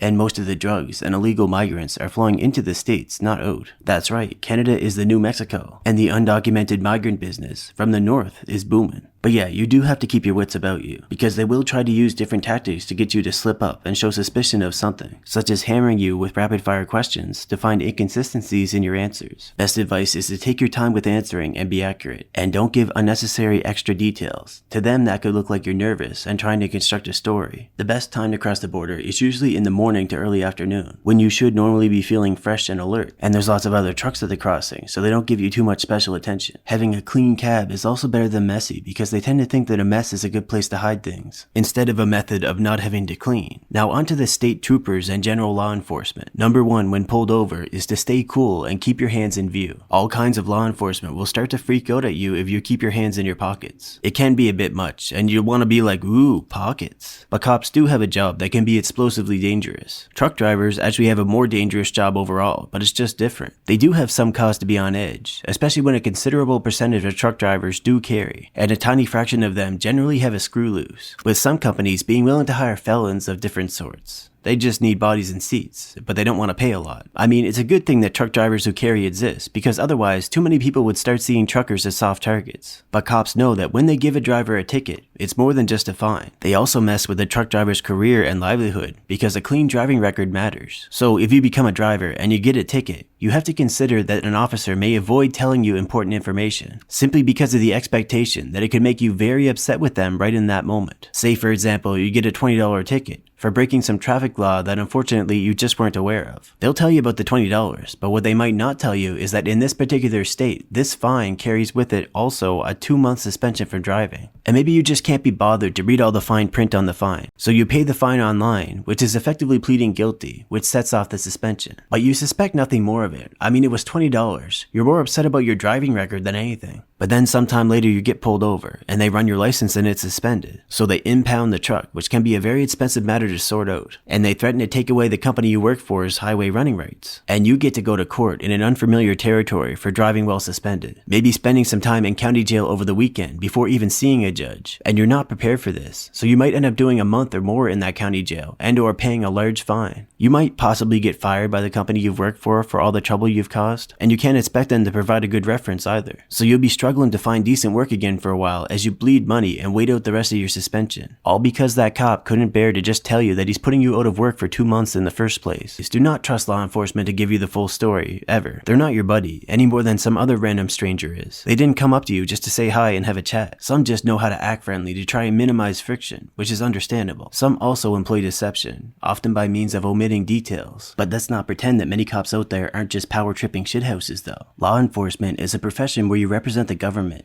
basically the biggest gang in the region, and you have a lot of government-backed power over others. A big part of that power actually comes from the fact that police are far more educated on the legal system than the average person, both in terms of how it reads and how it plays out in real life, which is a powerful tool for someone interested in gaining a position of power without getting into trouble along the way. I'll tell you a story of a certain city mayor. This guy was in his local police force for like 20 years, both building on his connections with the locals and getting additional education on the legal system in that time, and he rose to become the chief of police before running for mayor and easily winning. And this guy would remain mayor for another 20 years, doing all he could to draw tourists to the area so his family's hotel and hospitality businesses could keep breaking it in. Meanwhile, most young people were seriously lacking jobs, and especially gainful employment, and any real hope for a bright future. The kids who were connected to this guy's family, or were in one of the other more powerful families in the area, monopolized a few good jobs though, and they were doing okay. Like I knew one teenager who bragged about making $50 an hour as a waiter while being a pretty steady alcoholic, because his family was connected with this country club. But that was a rare case, and you know they love to act like it's no big deal when they have these opportunities. But meanwhile, most of the best looking girls took one look around and saw that the town was full of losers as a result of this mayor's actions, and they ran for the hills, some of them for the Hollywood Hills, thinking they'd beg an actor or a rapper or something, which created a violent sausage fest full of despair and drugs. So this mayor gained the power through decades of policing to steal the futures of young men to lift himself and his family up, and he was pretty wild about it with his in-depth knowledge of the law, making off with embezzled money that he laundered internationally, like a couple $1 million set aside for a public music venue that didn't actually materialize, and nobody knows where the money went. They just got quiet. So this guy took and he gave nothing back that would last and grow. He is well hated now, but back then random people would suck up to him when he was out and about hoping to gain his favor, and he did it by using the path of law enforcement. So basically, don't underestimate the ambitions of a police officer and what bigger schemes they might be involved in. And also, the way things are set up, you're kind of supposed to be breaking some laws on a consistent basis. It's just a little too difficult, a little too inconvenient to get through your life doing everything by the letter of the law. But it's not necessarily that they want to arrest you and give you tickets and all that. Sometimes it is, but it's more so that they can reasonably expect to find something to use against you if they care to dig for it. And yeah, you kind of trust them to not go after you like that, because both you and they know the whole thing is kind of ridiculous, right? But just remember what I said earlier about trust. And you know, maybe they aren't good police if they never say, "Please, may I search your vehicle?" But not losing your cool and staying focused on the best result is kind of the trucking job in general. And just remember to follow all the rules, especially the stupid ones, because those are the ones they'll actually enforce randomly, especially when it's ticket season. They get a lot more money out of ticketing truck drivers than four-wheelers.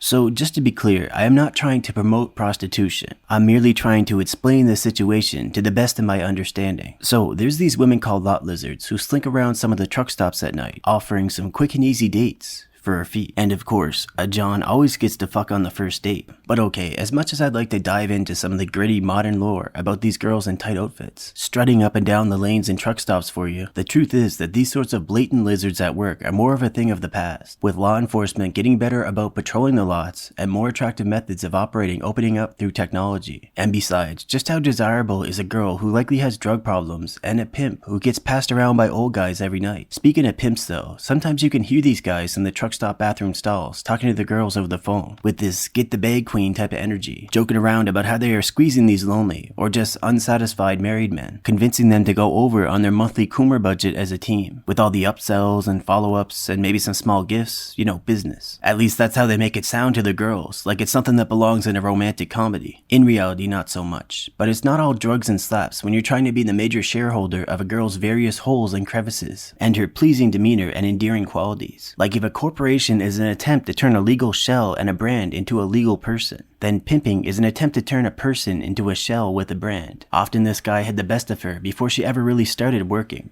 and now he snickers as he gets the best of her profits. But yeah, real lot lizards do exist, including independents. Sometimes they have a weird deadbeat boyfriend but they do drugs together type situation. And sometimes she works in an office as her day job, but she keeps a few regulars who she's comfortable with and who come through often as a side hustle, which of course usually pays more than her actual job. And she can take those tropical vacations that make her coworkers go, But on the more tough and desperate side of things, a lot of lizards are legitimately sexy and pretty, but the lifestyle wears these girls down so fast that you'd be throwing the dice that they aren't underage when they look like that. But fortunately, trucking is also very draining, especially on the eyesight. So the important thing is that they sound attractive and a little turned on as they wake a driver up at 1 a.m. and lewdly ask for a quick ride out of town, because this girl doesn't understand that drivers sometimes idle their trucks overnight when it's well below freezing outside. And what the hell is she even doing walking the lot on a night like that, putting on the charm when her face should be near frostbitten? And whoopsie, now you feel bad for her. But don't let a lizard into your truck if you're not about that life. Which again, I don't encourage you to be. A lot of bad things can happen if you do let her in. She can say you assaulted her as a means of extortion. Hell, she can just threaten to testify that you had regular sex for money, which is illegal for the John in much of North America and carries some serious penalties. And if she's underage, it's over. In some places, if you let her into your truck, she might just be setting you up to have her pimp with gang affiliations raid your truck, which could have deadly consequences. It's not a game out there. But okay, just for observation purposes, bird watching. What does a real lot lizard look like? Well, you might see a real dolled up lady in a tight dress just walking around inside the truck stop store. She doesn't buy anything, at least nothing more than she needs to for the store to keep tolerating her. She just flaunts around, putting on a sexy fashion show, and you think to yourself, what is this, Paris? And then some black guy walks up to her like, hey girl, let me talk to you for a minute. And then you think he's either sure he's got it in the bag with every disaffected white girl, or he's attempting to use a minute of talking to try and negotiate a cheaper 5 minutes of sex. Where the meter doesn't round up to the hour. Businessman. Or maybe you're at a truck stop, standing in line to see the cashier, and right in front of you is a pair of bubbly Ukrainian women. They start giggling and talking about how they can afford all their fancy party clothes and bags. And one of them blurts out, I have lots of men to take care of me, tee-hee. And she turns around and looks you in the eye, makes a jerking off motion with her hand, and raises an eyebrow. Like, I know there's a lot of inexperienced guys out there who struggle with reading women's invites, but hey bro, I think that girl liked you. Seriously though, by and large, we are now in a post-lot lizard, mostly post-Craigslist area. There's laws on the books now to keep websites from just looking the other way when they happen to host this kind of business. So service providers and Johns have to make a little more effort to connect discreetly, and also be a little more careful about law enforcement stings. And again, I'm not trying to promote prostitution. I know that It's a Gundam recently got his YouTube channel struck for the charge of promoting prostitution, which is absurd, but apparently that's one of the new tools they use to drive real content creators off the site. I watched the video in question, and Gundam doesn't promote prostitution at all, but that's not the reason I say that it's so absurd. You see, sex trafficking isn't as simple as they make it sound in the media, but it is real and very common, and many prostitutes are effectively being trafficked. And with YouTube's vague rules that they apply in such a wishy-washy manner, no one who's privileged to reach a large audience is going to want to touch the topic, so those girls and boys don't get a real voice. Instead, we will just get the mainstream narrative that suggests that all prostitution is human trafficking, without real people being able to try and flesh out the situation, so that something real can be done about the most ugly aspects of the trade. YouTube silences those voices because they need yet another arbitrary rule. Bringing light to sex work also humanizes prostitutes to the public and makes them less vulnerable. They are easy to traffic because people take one look at them and think that they are just losers, who made too many mistakes and do a lot of drugs anyways, so what does it matter if someone owns them? Why get worked up if a serial killer gets off on assaulting good time girls and feeding them to his pigs? If we could hear more of their voices, maybe we could have a more healthy relationship with the oldest profession. I can give you a parallel example so this becomes more clear. It is a rather mainstream narrative that children who are sexually abused are highly likely to grow up to be pedos themselves, such a notion is a great way to prevent victims from talking, because now they are tainted in the public perception if they speak out. So once again, just to be clear on this, I'm not encouraging prostitution. Even if this arbitrary YouTube rule didn't exist, I know that there are a lot of risks, and you might not get out of it what you really want from a woman anyways. There's permanent diseases. There can be odors emanating from her privates that can make you asexual for a day or two. And there's girls who will see a lonely guy and do whatever she can to get into his feelings. It's not the sort of thing to be making a blanket recommendation for, that's for sure. I am simply illustrating the situation as I have come to understand it and nothing more. I mean, honestly, how am I gonna do a big trucker video if I don't talk about the lot lizards? That would just be blasphemy. These girls and their pimps can be sly about how they ply their trade, such as using a truck cleaning business as a way to get the girl inside the driver's cab with an alibi. They might even throw in a complimentary sponge bath while they're there. It's not a happy ending if it doesn't start with good hygiene practices. And you're paying for the cleaning service, of course. You're just two adults in a truck. This is also why massage places work so well and there are so many near truck stops. It's not really fooling anyone per se. I mean, people and cops can catch the vibe of a place pretty quick, but it's usually enough. With the massage places, when the police do a sting, it's usually after they had to obtain a warrant to install hidden cameras in the place to collect video evidence, which is a lot of effort to sneak it by the place's owners, and those little cameras aren't cheap either. And even after all that, it seems kind of unlikely that a non-regular customer could be properly identified for prosecution. I mean, like with truckers, they're always traveling, so unless they're closing the net right then and there, it's a workable loophole that people obviously use. And by the way, if you see a phone number on the bathroom stall saying for some good head or something like that, call this number. It is often, in fact, a dude. Honestly, half of them might just be drivers playing a prank on each other. And the other half, I don't know man, there is a community. You know, sometimes they call those rest stops pickle parks. Bottom line is, if you seek, you shall find. And if you don't seek, you probably won't. And I do advise you don't. There's many dangers, as I've already stated, that come with women of the night. By the way, and again, just for the purposes of making some interesting observations of your own, when a truck is parked at a truck stop for the night, and they leave their lights on for no discernible reason, sometimes it can mean that they are seeking company. Usually this happens in places where people are more relaxed about this sort of thing. Anyways, try thinking about doing things for your life more often than just for your dick. Just more often, you know? Or there's a good chance you're gonna end up sacrificing something you didn't want to.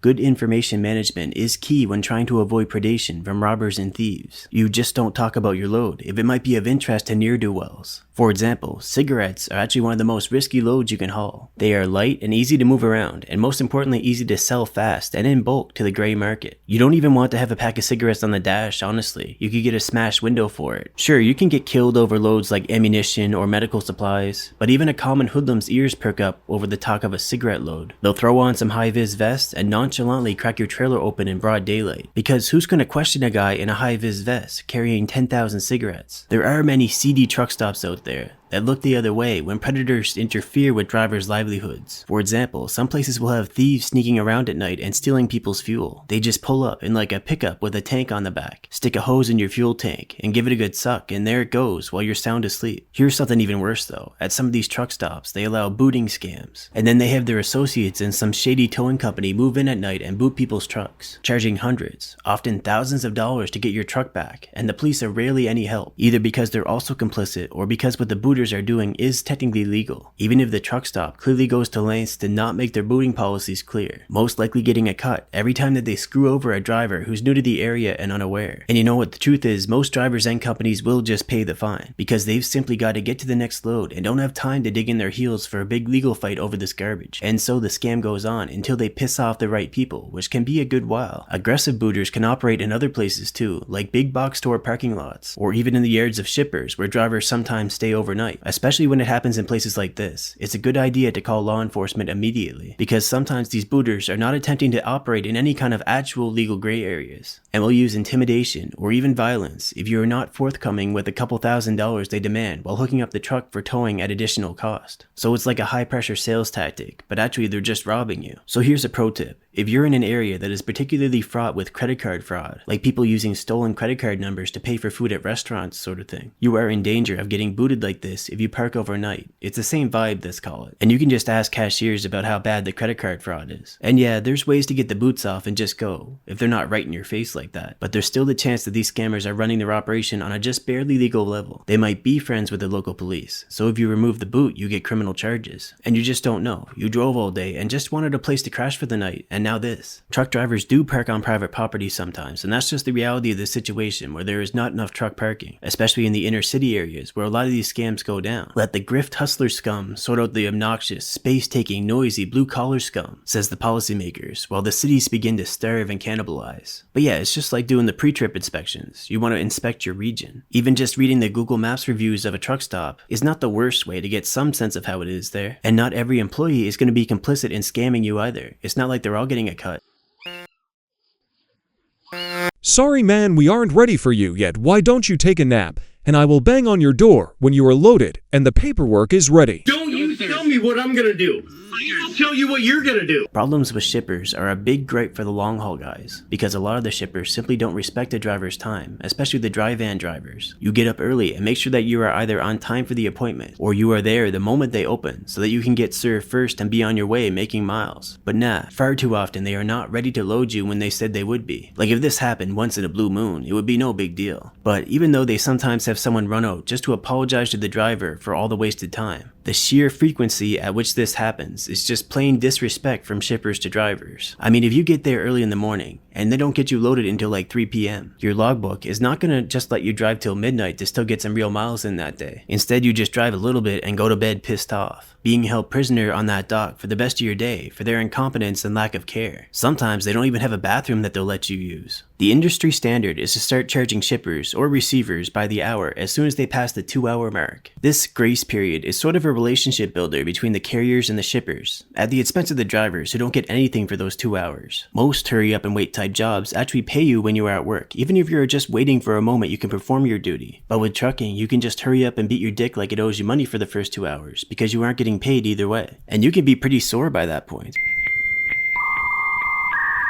Trucking attracts people from many different walks of life, as it is a somewhat unique position, well suited to people who have given up on the concept of work-life balance, and understand that the difference between working to live and living to work is how much time you've got for stupid questions. Talking to truck drivers is a good way to hear lots of stories. Stories often aim to illustrate how different aspects of society really work. Stories about women, cool places to see, and just plain old crazy shit that happened. But you know how it goes with stories. Some drivers get caught up in the one-upsmanship, and soon enough they evolve into habitual fibbers, dishing out tall tales like a short-order cook just to feel like they're the center of attention. If only these sorts of people could control this void inside of them, they could be putting their compulsion to work by shilling for trucking companies at the truck stops using their bullshit stories, like creating an entire mythology about how Swift got to be best in class. This also reminds me, the secret danger for those who lack assertiveness isn't bullies or never joining the dating scene. Those are the obvious ones. It's dealing with people who literally can't shut up once they start talking. It's amazing how some people can talk on and say nothing, while others use the trick of withholding pieces of information when explaining something, just so you will struggle to comprehend it and they will continue to feel superior. According to the stories, certain girls with legendary body counts are like that too. They've got to talk while in the saddle, so to speak. They just keep yammering on about nothing the whole time because that's like a second source of pleasure for them. Anyways, in general, long-haul truckers are a bit more worldly than your average blue-collar worker. They've seen an eye-opening amount of some of the very different conditions that people call life. There's also still a lot of drivers who take the job seriously and can offer a ton of useful advice and insight for the price of a friendly hello. And some of the drivers you meet might in fact have connections to some highly paid specialized fields. I mean, as a young guy, it can be hard to believe that they can know about such a lucrative job and be doing this instead. But some have simply moved on in their priorities, and they only normally keep these opportunities to themselves out of a sense of competitiveness. But they might just hook you up, or at least point you in the right direction if you can get along well. In trucking, a lot of things will be barred to you simply because you are not privileged to know that they exist. But fortunately, if you're on the spectrum, or you just never learn the normal song and dance, a lot of the truckers tend to be fairly low on the normie scale generally, so you might just be surprised at how you fare socially. But do keep in mind, a sense of competition does exist, as it does in any field, and I'm not just talking about pissing or passing contests. For instance, you should carry the assumption that anything you say to another driver in your company will make it to the boss, because they may just want to try and get you fired because they feel that you're in their way. And don't take them at their word when it comes to career path advice. They might tell you it's in your best interest to hop ship to some great job that might not really be so great, simply because they want to monopolize on the best loads that dispatch is offering. They can do a lot of dirty moves to fuck you if you drop your guard. Don't believe drivers who try to tell you what the cops are lenient about, especially when it's ticket season. Anyways, I think if we're honest, a lot of us find ourselves caught between the options of loneliness or undesirable interactions. Sometimes people are just a bunch of doo-doo heads, and too much of that can make you not want to be outgoing at all. all. But it's still good to have a conversation now and then. Certainly, the brotherhood on the road isn't what it once was. But if you're on that path,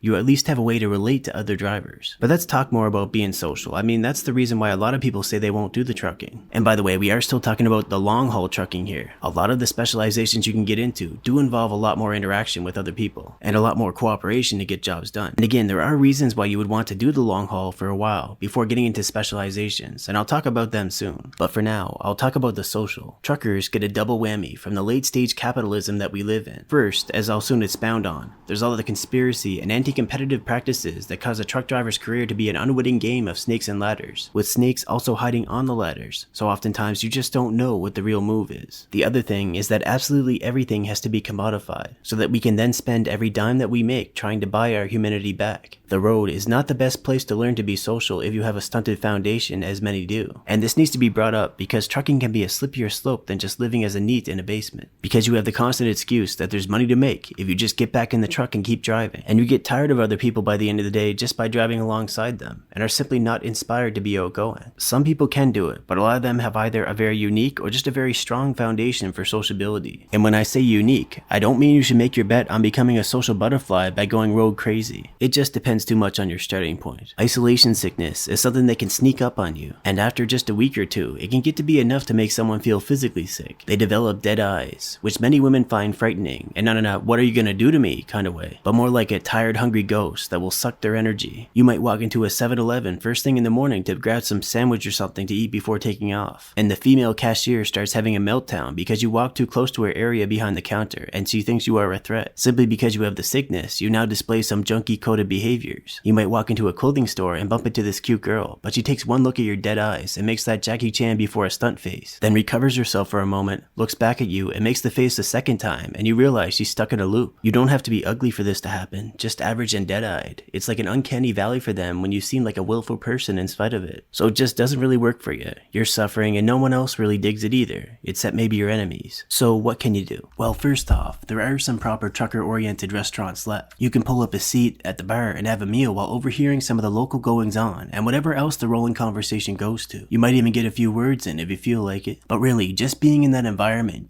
just having your presence accepted and being part of the conversation, the ears part, in the flesh, can do a lot to restore your social mental state. You can also just get chatty with the other drivers in your company. The modern trucks often have a feature where you can just Bluetooth your phone to a microphone in the cab and just talk. Or you can just do the headset thing. Often you will be provided with the names and numbers of other company drivers, just because it can help you to be a more efficient driver having those contacts. Some drivers appreciate having a chatting buddy to get through the long hours, and others not so much, but the option to try is there. Keeping a furry friend on the road can be a great help if they got the temperament for it, and you're prepared to maintain all the upkeep. And the infrastructure for it is kinda there too. A lot of the truck stops have dog parks. But if you have like a cat, I think they definitely need to have the right type of personality, because they're probably not getting a lot of exercise out there if you want to make your loads. So you need a real layabout without much of a hunting drive. With the CBs, it's not like it used to be with rolling conversations going down every major lane. These days, you will hear the most chatter when rolling through the big cities, like with the local range drivers, so you can listen in and learn what's going on in the city. Maybe ask a question or two or share your sense of humor. And if it doesn't go over well, you're just passing through anyways. But it's actually good to make it a little dirty, and this is very relevant in the world of truck drivers. You see, by showing willingness to tell jokes that get a little raunchy or maybe even dark, sends a kind of signal. It shows you have a certain level of awareness about these different aspects of life, but also that maybe others can relax a little more around you and just speak their minds. Everyone has these darker aspects to their thoughts and impulses, and if you go around acting as if these things never occur to you, it can come off as a little incongruent. I actually have a pet theory that the idea of a square is more of a forced meme than anything. In many cases, so-called squares are just using the image as a cloak, which accomplishes certain social goals, such as making people feel that they are safe and predictable. In reality though, it is just another game that people play. In this case, as far as I can tell, it is mainly a waiting game. Waiting for opportunities to appear. Maybe to screw over a coworker to get that promotion. Or maybe to fuck the babysitter, it's hard to tell. And that's why it can be hard to deal with so-called squares, because it really comes off as trying too hard to appear safe, to the point of being boring with a touch of virtue signaling. I will concede though that some people are legitimately just unimaginative and boring. They might believe that the way they live is built upon some solid foundations and principles that will serve them well, and so they don't really feel the need or impulse impulse to branch out much and just stay in the safe zone. Or maybe they are just a bit soft in the head, or never had many intense experiences to really switch them on. Whatever the case, I do think that these sorts of people are more vulnerable to cunning predators, who will be thinking in ways that they don't often practice doing, making it hard to stay a step ahead. So yeah, a little raunchy joke is a short form way to send a message in the right company. A lot of drivers actually tend to develop their humor quite a bit. There's just something about all the time and traveling and seeing different things, and also a lot of suppressed road rage. Being pissed off can make your thoughts go to some funny places now and then.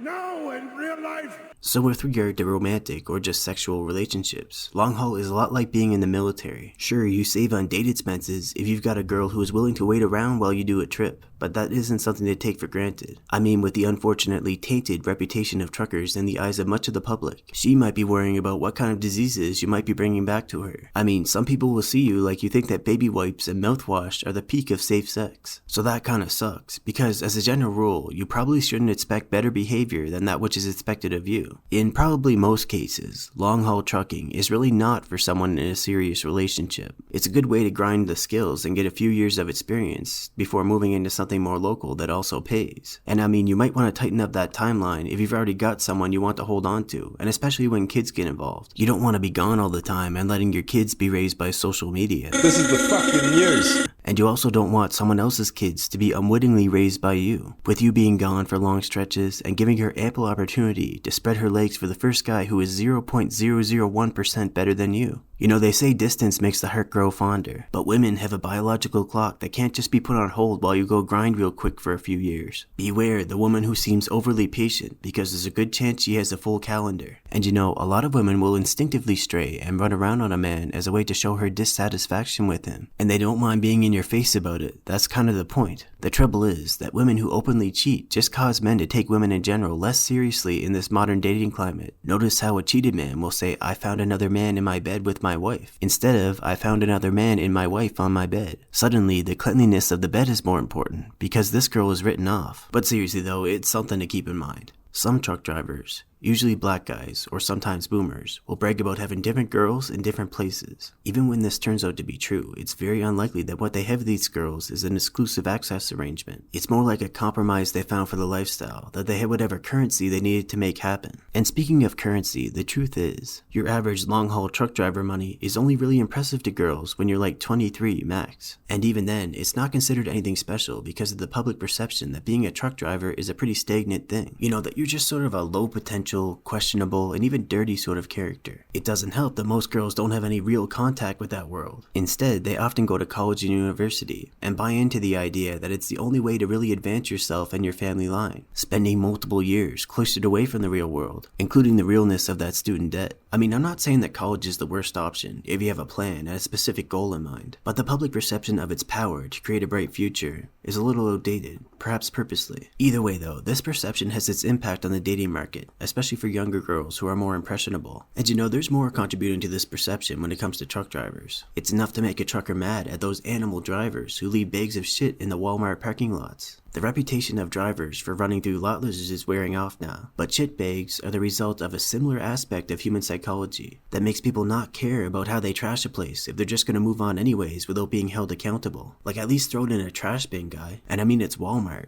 Most have bathrooms and they're open till like 11 p.m. But okay, what about small town girls? If you get off the interstate, there is often some easy truck parking in a big dirt lot at a lot of these small towns. Well, if you think such a location will help turn around your dating life, the truth is, if you struggle elsewhere, your outlook here is also not great. But the reason why is a little interesting. You see, in a small town, everyone knows each other. There are some positives to this, but the destruction of someone's reputation can happen very fast. In a way, it's like everybody's a celebrity. And the way this ends up actually playing out when it comes to dating is that girls only want to fuck the best guys in town, otherwise they will ruin their reputation. While still in school, they mainly get with the rich kids and the druggies, with most of the good-looking guys, and or guys with some kind of status, falling into either category. Meanwhile, the average to below average looking girls would rather die than be with an average man, and they will hold out their standards like that until they hit their late 20s or 30s or forever, while the hot girls would rather become lesbians than settle for average, or again spend their whole lives without being knocked up by anyone. Now you might wonder why I mentioned druggies. Well, that's because the drug scene tends to be huge in these small towns. A small town means a small police force, which is easier to corrupt. But the druggies only generally target the hottest girls. The average girls don't do drugs because no one wants to fuck them by comparison. So they don't get targeted like that. However, they need to protect their egos also, so they don't give up pussy to anyone, not even chads. Because they know chads will just fuck them and not date them. So I guess you'll just have to make do by entertaining yourself in small towns by watching that one fat kid who is an asshole to everyone, and then carries on like everyone still likes him because his dad has some local clout. Social media and even the dating sites used to work, and drivers could chat up local girls and make a date of it quite often. But now there's just too many trying and not a lot succeeding. When they aren't trying online, the drivers are trying to hit up waitresses, local girls, and tourists, and just any female in the vicinity, so drivers have this reputation of being incredibly thirsty. And that's just the reality of it. If you don't have it before driving, you are very unlikely to get it from driving. Okay, so I don't mean to shuffle lady truck drivers aside like there's some kind of accessory to the whole scene. Women are not objects. They are at least two objects. And let's face it, most women have better options than trucking. Women do better in the school system and can often find some cushy office job like HR or something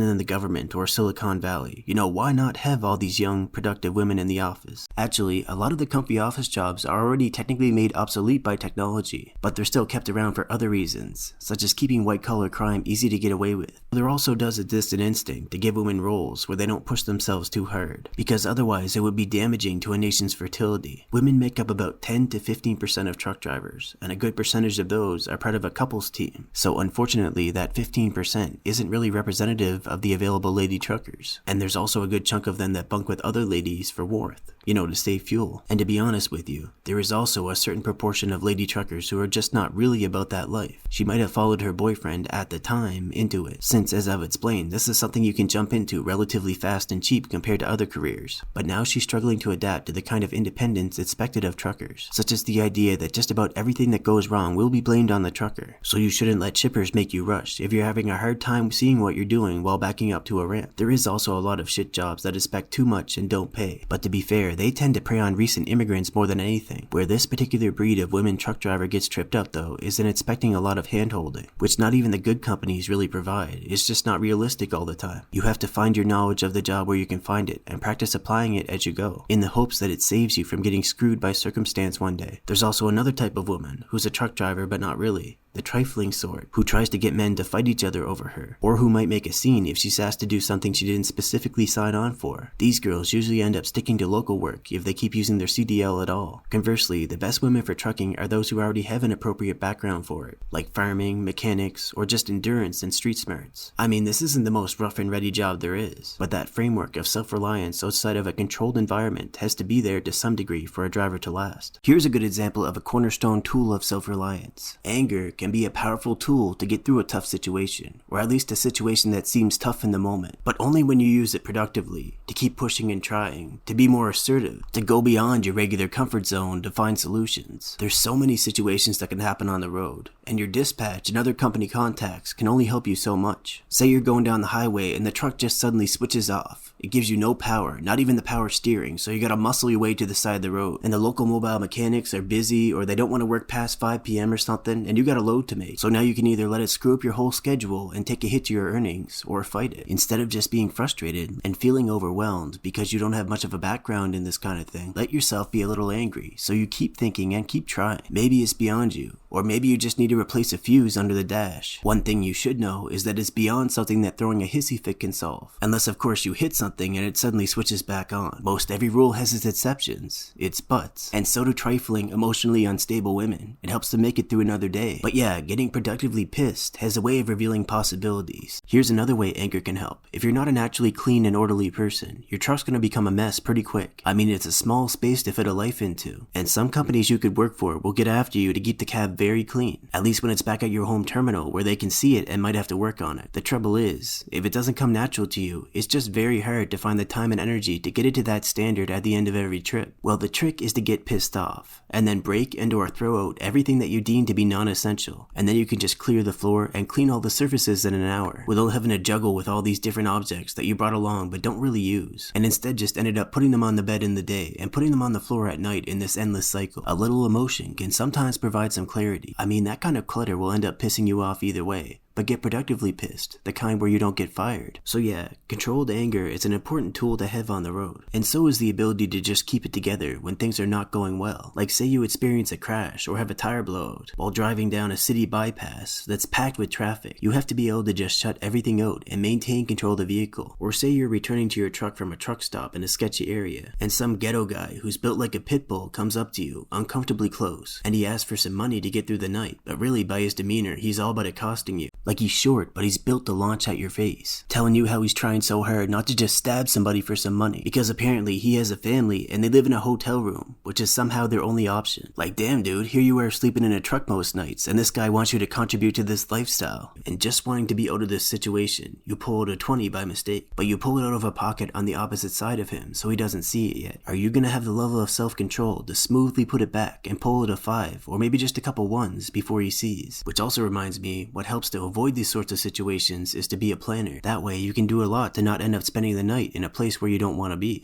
I mean, not doing that would just be a waste of the independence afforded to a long-haul driver, because there's more considerations than just spending the night as close as possible to your morning pickup. Anyways, I'm going off on some tangents here, but any long-haul truck driver needs these qualities to last. And lady truckers who do have these qualities, they get by too. And considering that they deal with the background radiation of thirsty truck drivers one way or another, they probably have some elegant way to respond if you say hello when you cross paths at a truck stop. So yeah, that's more or less the situation with lady truckers. And also why they're unlikely to succeed with getting women to fill the truck driver shortage long term. A lot of girls just don't want to deal with these kind of stresses every day. Just like how a lot of men don't want to be in a situation where the customer is always right, even when they're saying the stupidest shit possible. But with that said, trucking attracts some interesting sorts of people, and the ladies are no exception.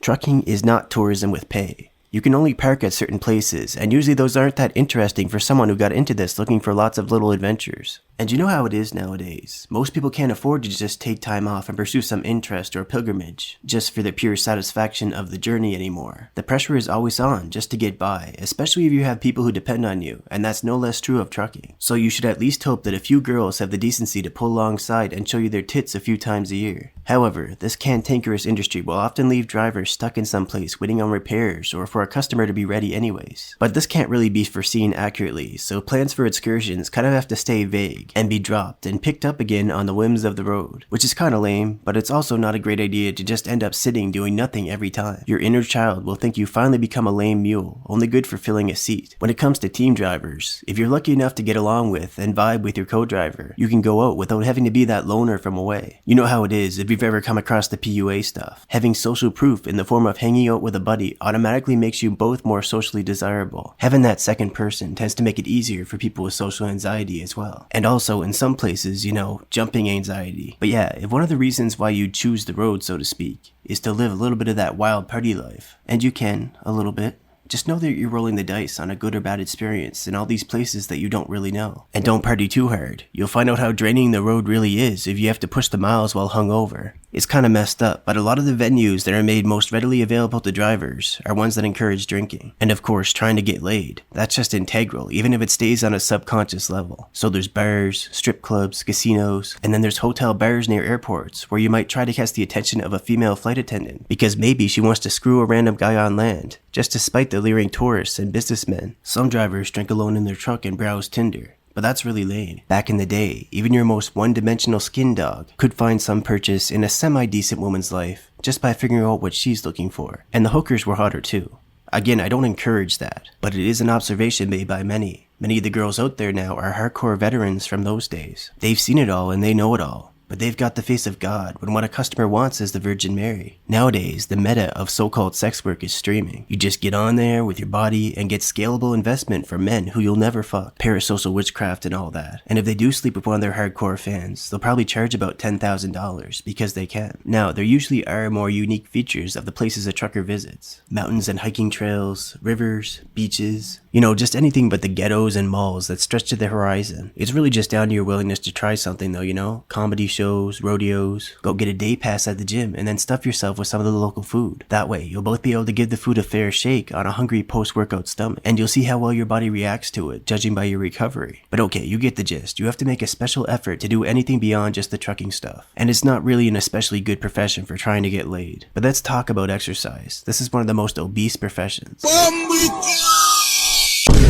As sexual as deep vein thrombosis might sound, it's actually the opposite. In practical essence, it means that your proper blood flow has been disrupted by accumulated vascular damage. In other words, you've been too sedentary in that driver's seat for too long, that you run a risk of developing blood clots if you keep it up. And part of you might not even be able to stand at attention anymore. So if you want to keep things moving properly, and not just compress your legs all day, especially if you start to get overweight, then you're gonna have to make time every day to move your ass a little bit. I mean, it's not like The Office, where you can just get up and stretch and shake out a little bit if you feel like it. You actually have to park that big truck before you can take your attention off the road and really move around at all. So generally, you would work it in with other things, like your mandatory half-hour break in the States. Or maybe you arrived early to a shipper, you just choose to use that time. And do more proper, like full-body workouts on your reset and detention days. Getting some exercise in has to be worked into your overall strategy. In trucking school, they might tell you that most big truck stops have a gym facility, but that is a flat-out lie. Such facilities are very rare in reality, and it's also very hard to be consistent trying to use gyms that are located nearby truck stops. On the other hand though, you have the truck, and often enough, you'll be in a nice enough area that you can just go for a run without feeling insecure about being jumped while you're winded. Sometimes it's really nice, and you've got a whole nature trail in the Rockies or Appalachia, but then when you're winded and clutching your knees, suddenly it's too quiet, and you feel like you're gonna get jumped by cougars or a bear. But back to the truck. For the upper body workouts, semi-trucks come pre-installed with an impressive piece of equipment called the steering wheel. You can flex your chest and squeeze it, engage your back to try and pull it apart, and even flex your abs to pull your rib cage into it. Just mind that you don't end up breaking the backrest on your seat, because while those steering wheels are built solid, some of those truck makers don't put much of the truck cost money into the seats. Now, if you've been working outside and you're already dirty, like you're about to get a shower and your clothes is about to go into the wash anyways kinda dirty, you've got the tire chains, which are about 70 pounds of awkward iron spaghetti each. You can wrestle with them in many different ways and have your legs and arms burning in a hurry, with the bonus of you actually getting better at handling them for the dreaded moment that you actually have to chain up for mountainous winter terrain. Now, I really can't recommend doing calisthenics on the truck stop pavement, as it is beyond disgusting, but you can do little sprints from the front to the back of your rig and practice your get out and look speed. You can also attach rubber bands to different parts of your bunk and to your cattle guard, and be frustrated by how the resistance is only challenging at the end of the movement. Now, if you can get a pull-up bar in the cab, then you're really talking. Even if you just hang there at the end of the day, stretching out your spine after sitting for all those hours. A basic bicycle, which you can often hang on the rack directly behind the tractor, can afford you both some good cardio and increase the range of places you can realistically reach when parked in car-centric America. But if you really just don't have time to eat right and exercise, you should at least stay well hydrated. That way, people will have a hard time guessing your age, because they can't really tell your true skin quality when it's stressed with fat and hydration creates a healthy sheen. You'll just be one big smooth skinned baby at the wheel.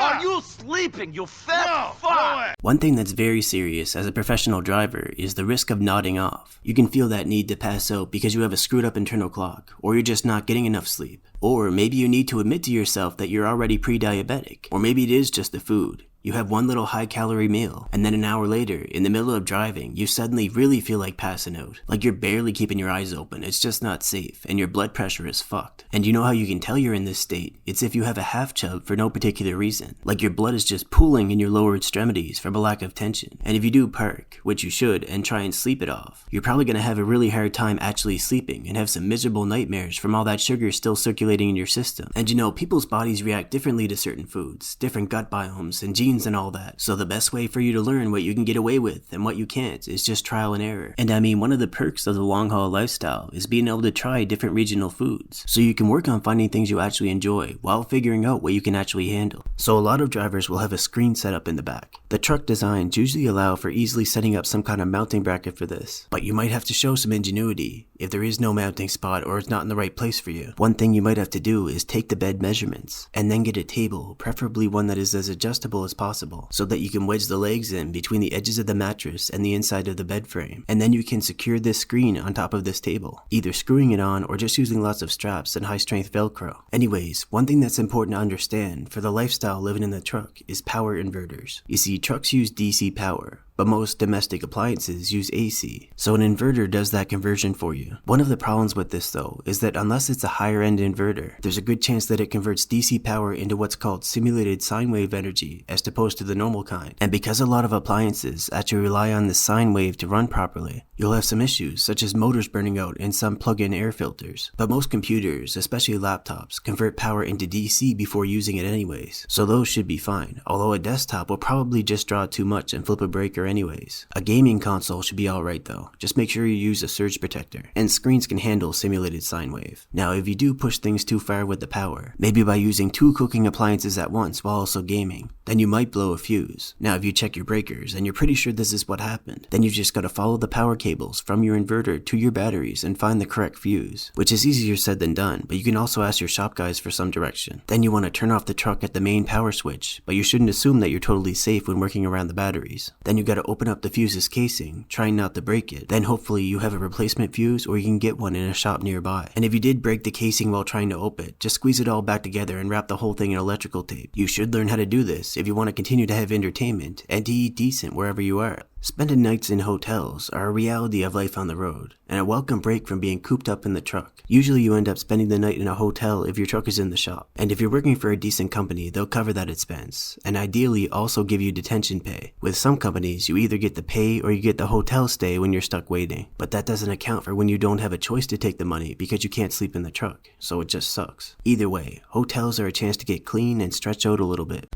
And remember, you haven't truly claimed a room for the night until you do a combat roll into the bed, or just clear it entirely. For the most part, with hotels, you get what you pay for. But the catch is that at the more upscale hotels, you pay for more things that you probably don't even want. Like why does it gotta be either a pool, a gym, and a full breakfast? Or cigarette smell everywhere, waking up with bug bites, and a bathroom fan that sounds like the Titanic hitting the iceberg? In some places, the lower end hotels and motels on major trucking routes are really there to serve as infrastructure for shady dealings and lizards. And it can be a bit disturbing to realize that you didn't pay for only the things you need in a room, but once again, a bunch of things you don't need. Anyways, a lot of truck drivers have digestive issues. The lifestyle, with all that sitting, is not good for keeping things running smoothly, and constipation can be a regular occurrence. Well, one secret technique that can be performed at the hotel bathrooms is to use up a bar of soap until there's only a little bit left, and then shove it up there. And soon enough, the fats and oils in the soap will trigger a response. It's like you trick your body into thinking that you're experiencing diarrhea, so it does diarrhea stuff, opening up those corridors that you can't consciously reach. Nikola Tesla actually tried to invent a machine that accomplishes this task. His method was just to build a chair that shakes the shit out of you. But a lot of drivers, especially back in the day, is this in an environment of vibrations. Some rickety trucks will have you still feeling the phantom vibrations even as you go to bed. And yet there's no stories that I'm aware of where this has directly caused such an evacuation.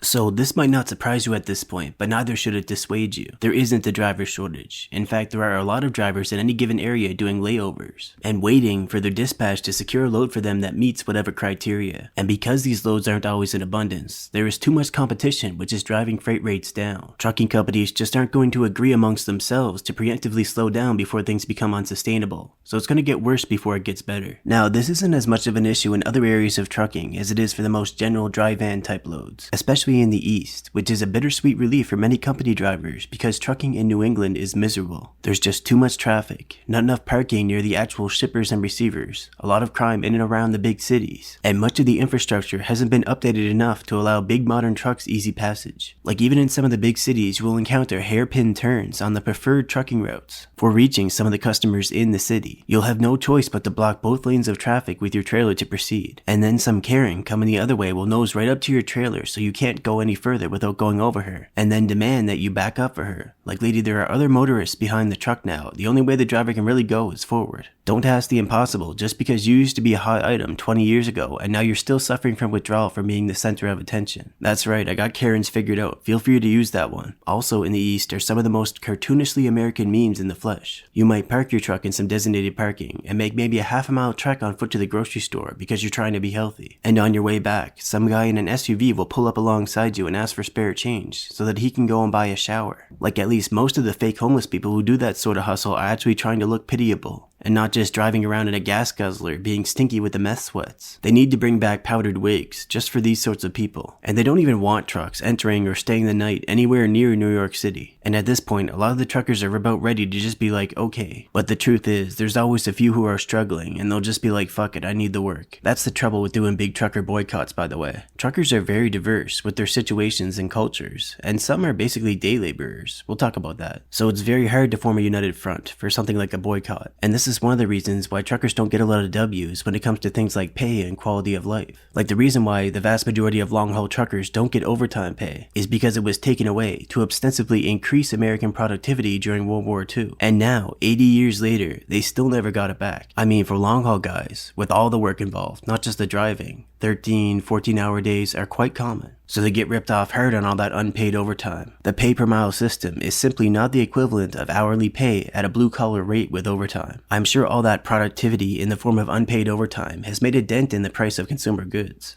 But let's be honest, most of that difference gets pocketed before it reaches the consumer. But maybe one day the government really will pay off the student loan debt, using the equivalent of 80 years of unpaid trucker overtime, and all in one go from the tax money, including the hidden tax of inflation. Then the truck drivers will be hitting peak productivity. I've got a United States Senator driving my truck.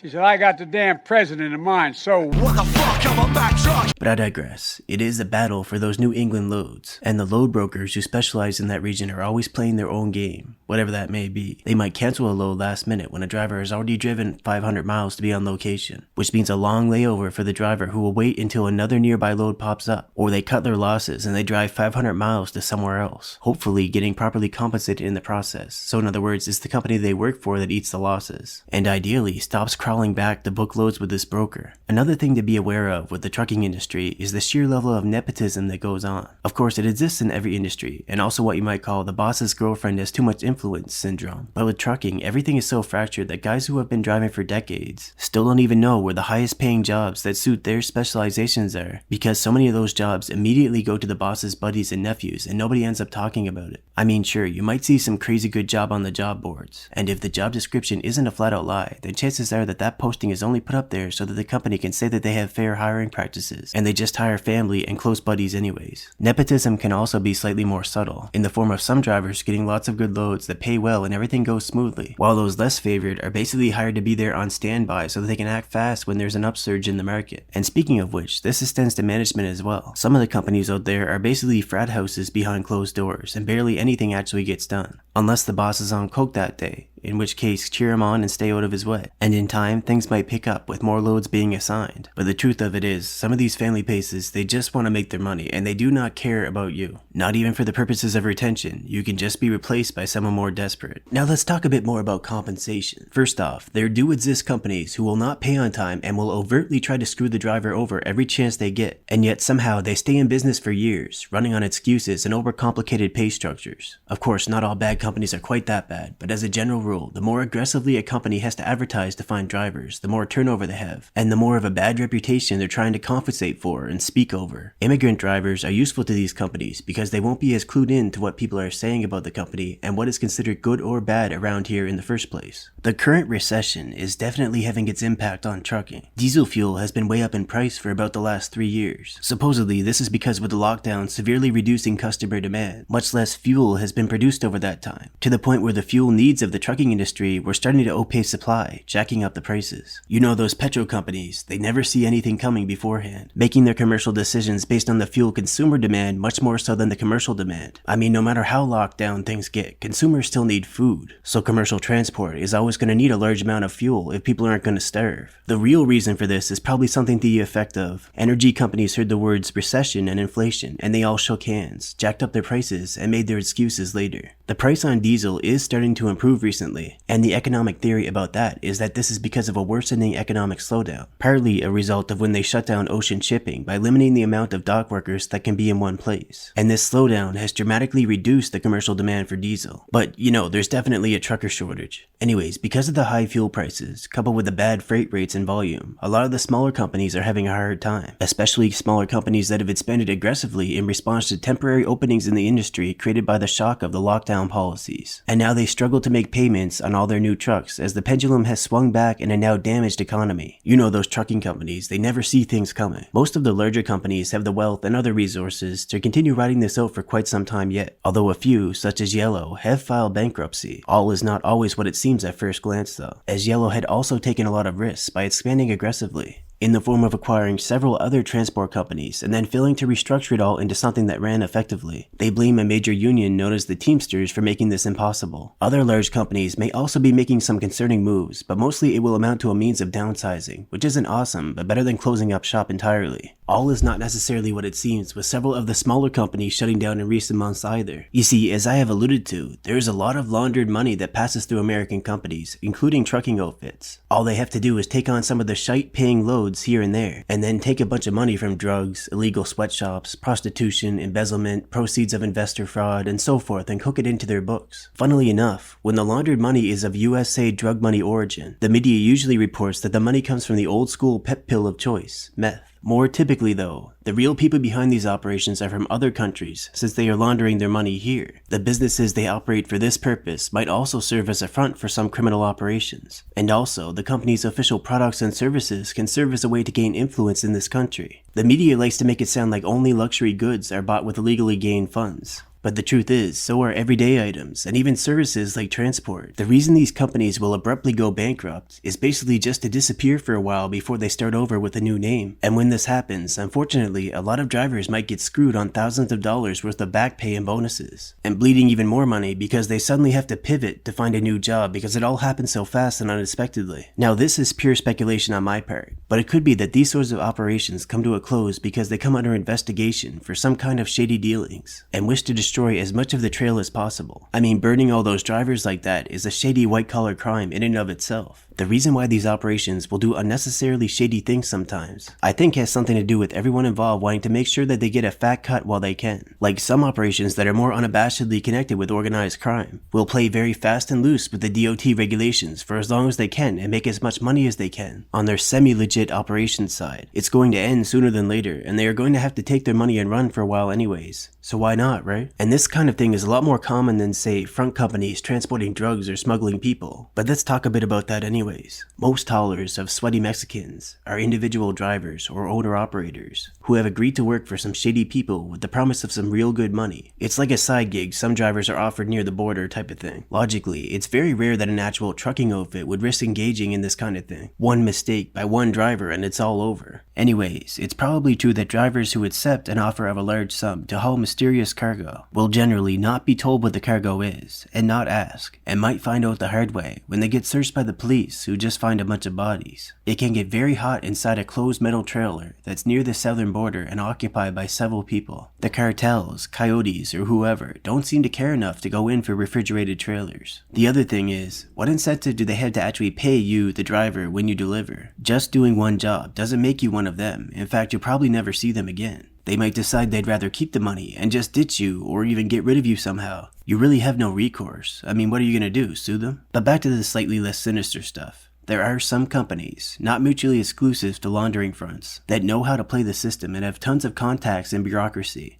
They call these types the temple because, like religious organizations, they never end up actually paying tax, and they seem to collect a lot of government grants and subsidies. Double brokering is becoming more of an issue in recent years. In a nutshell, it is when one company has a load broker to them and they in turn broker the load to another company, making it difficult for the shipper to keep track of who is transporting their goods. Typically, the first company is just a shell company for running the scam, and because of the way the law works, this can mean that the shipper has to pay out the full shipping cost to the shell company and then again to the one that actually hauled for them. In cases where the company hired to do the actual transport is just an unwitting patsy, they will often receive none of the money while the double brokering company just pockets it all. all. I'm not going to pretend to know the scam in great detail, but basically these are the kinds of crooked operations that can hide in the gigantic and fractionated transport industry. And it only gets more complicated when you realize that people in trucking companies have connections inside the brokerage firms and the shippers sometimes. Typically, this double brokering is done using newer companies or by posing as an established company, as companies with a good reputation won't just throw it away for a quick buck like this.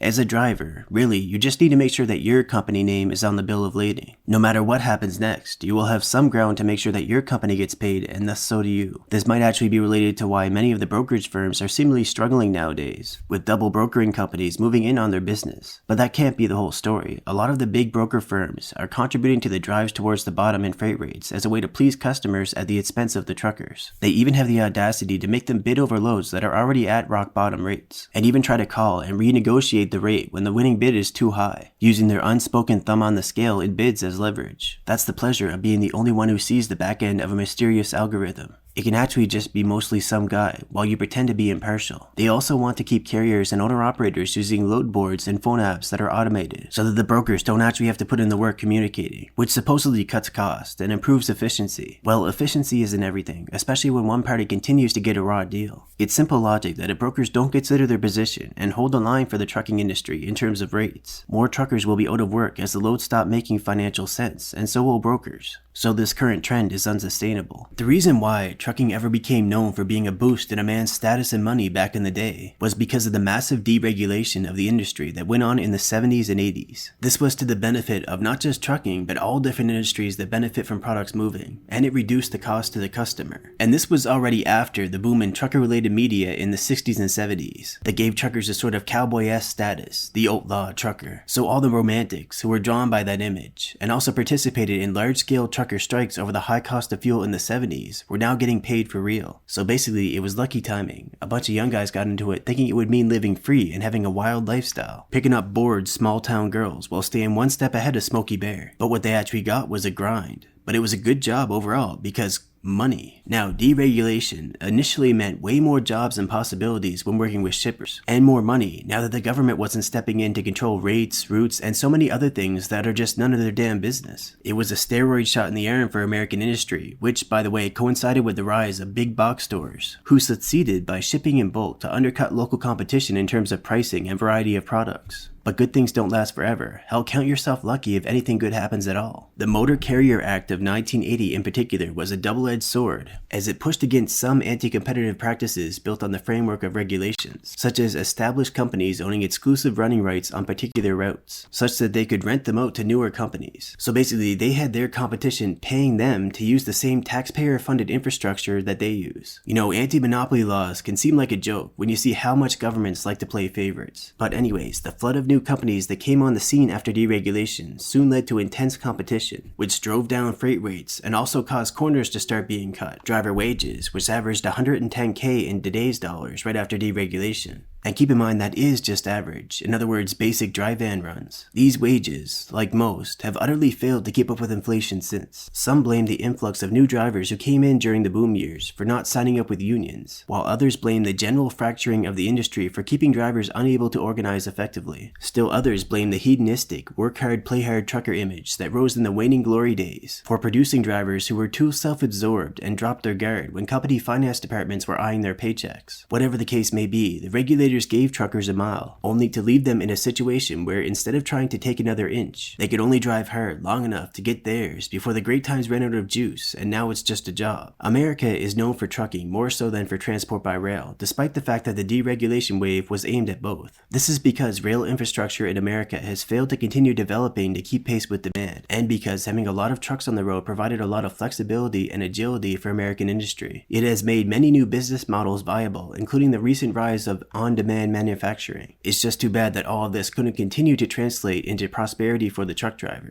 Right now, there isn't a driver shortage, there's a pay shortage, and they keep looking for other solutions, such as AI trucks that don't involve just taking care of the truck drivers. Having low freight rates is nice for the customer maybe, but no solution is going to matter anyways. If the number of loads available continues to decrease, and competition causes rates to plummet into being completely unsustainable for all but the most established of the mega carriers, who can just tough it out while the competition dies. And even then, it's still a race to the bottom if these industries that use trucking continue to get weaker, despite the fact that they are enjoying enjoying these low rates. Like, don't try and tell me that they pass on all these savings to the final customer. Where is the money for reinvestment? And now, there's new regulations with a modern flavor to make life hard again. I know I've already talked about this, but the electronic logs are inflexible and getting harder to beat, and as a result, drivers are being forced to go hard to make appointments within the limitations imposed on them, while also missing out on precious home time with the forced resets, limited hours, and the like. Human beings just do not run like the ELDs would suggest, and there are studies that point towards the notion that they cause more accidents than they prevent. Drivers being forced to squeeze what they can out of their hours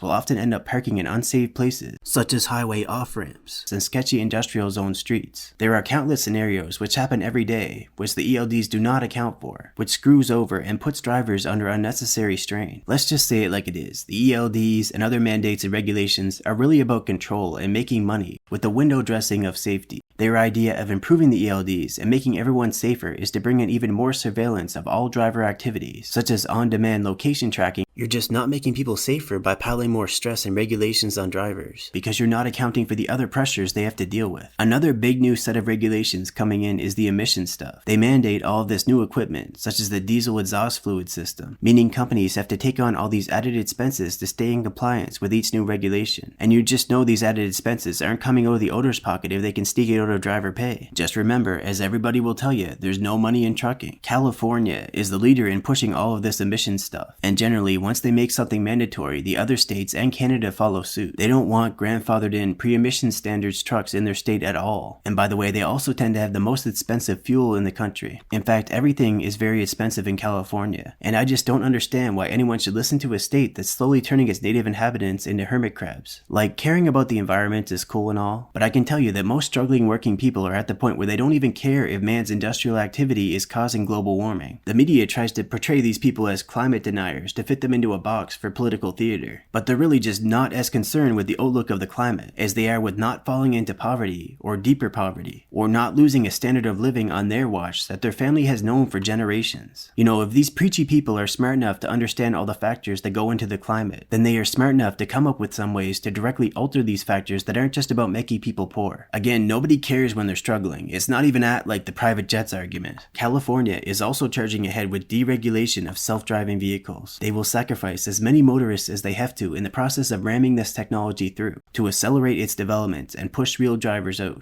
So is it any wonder people are afraid of technology? Technology!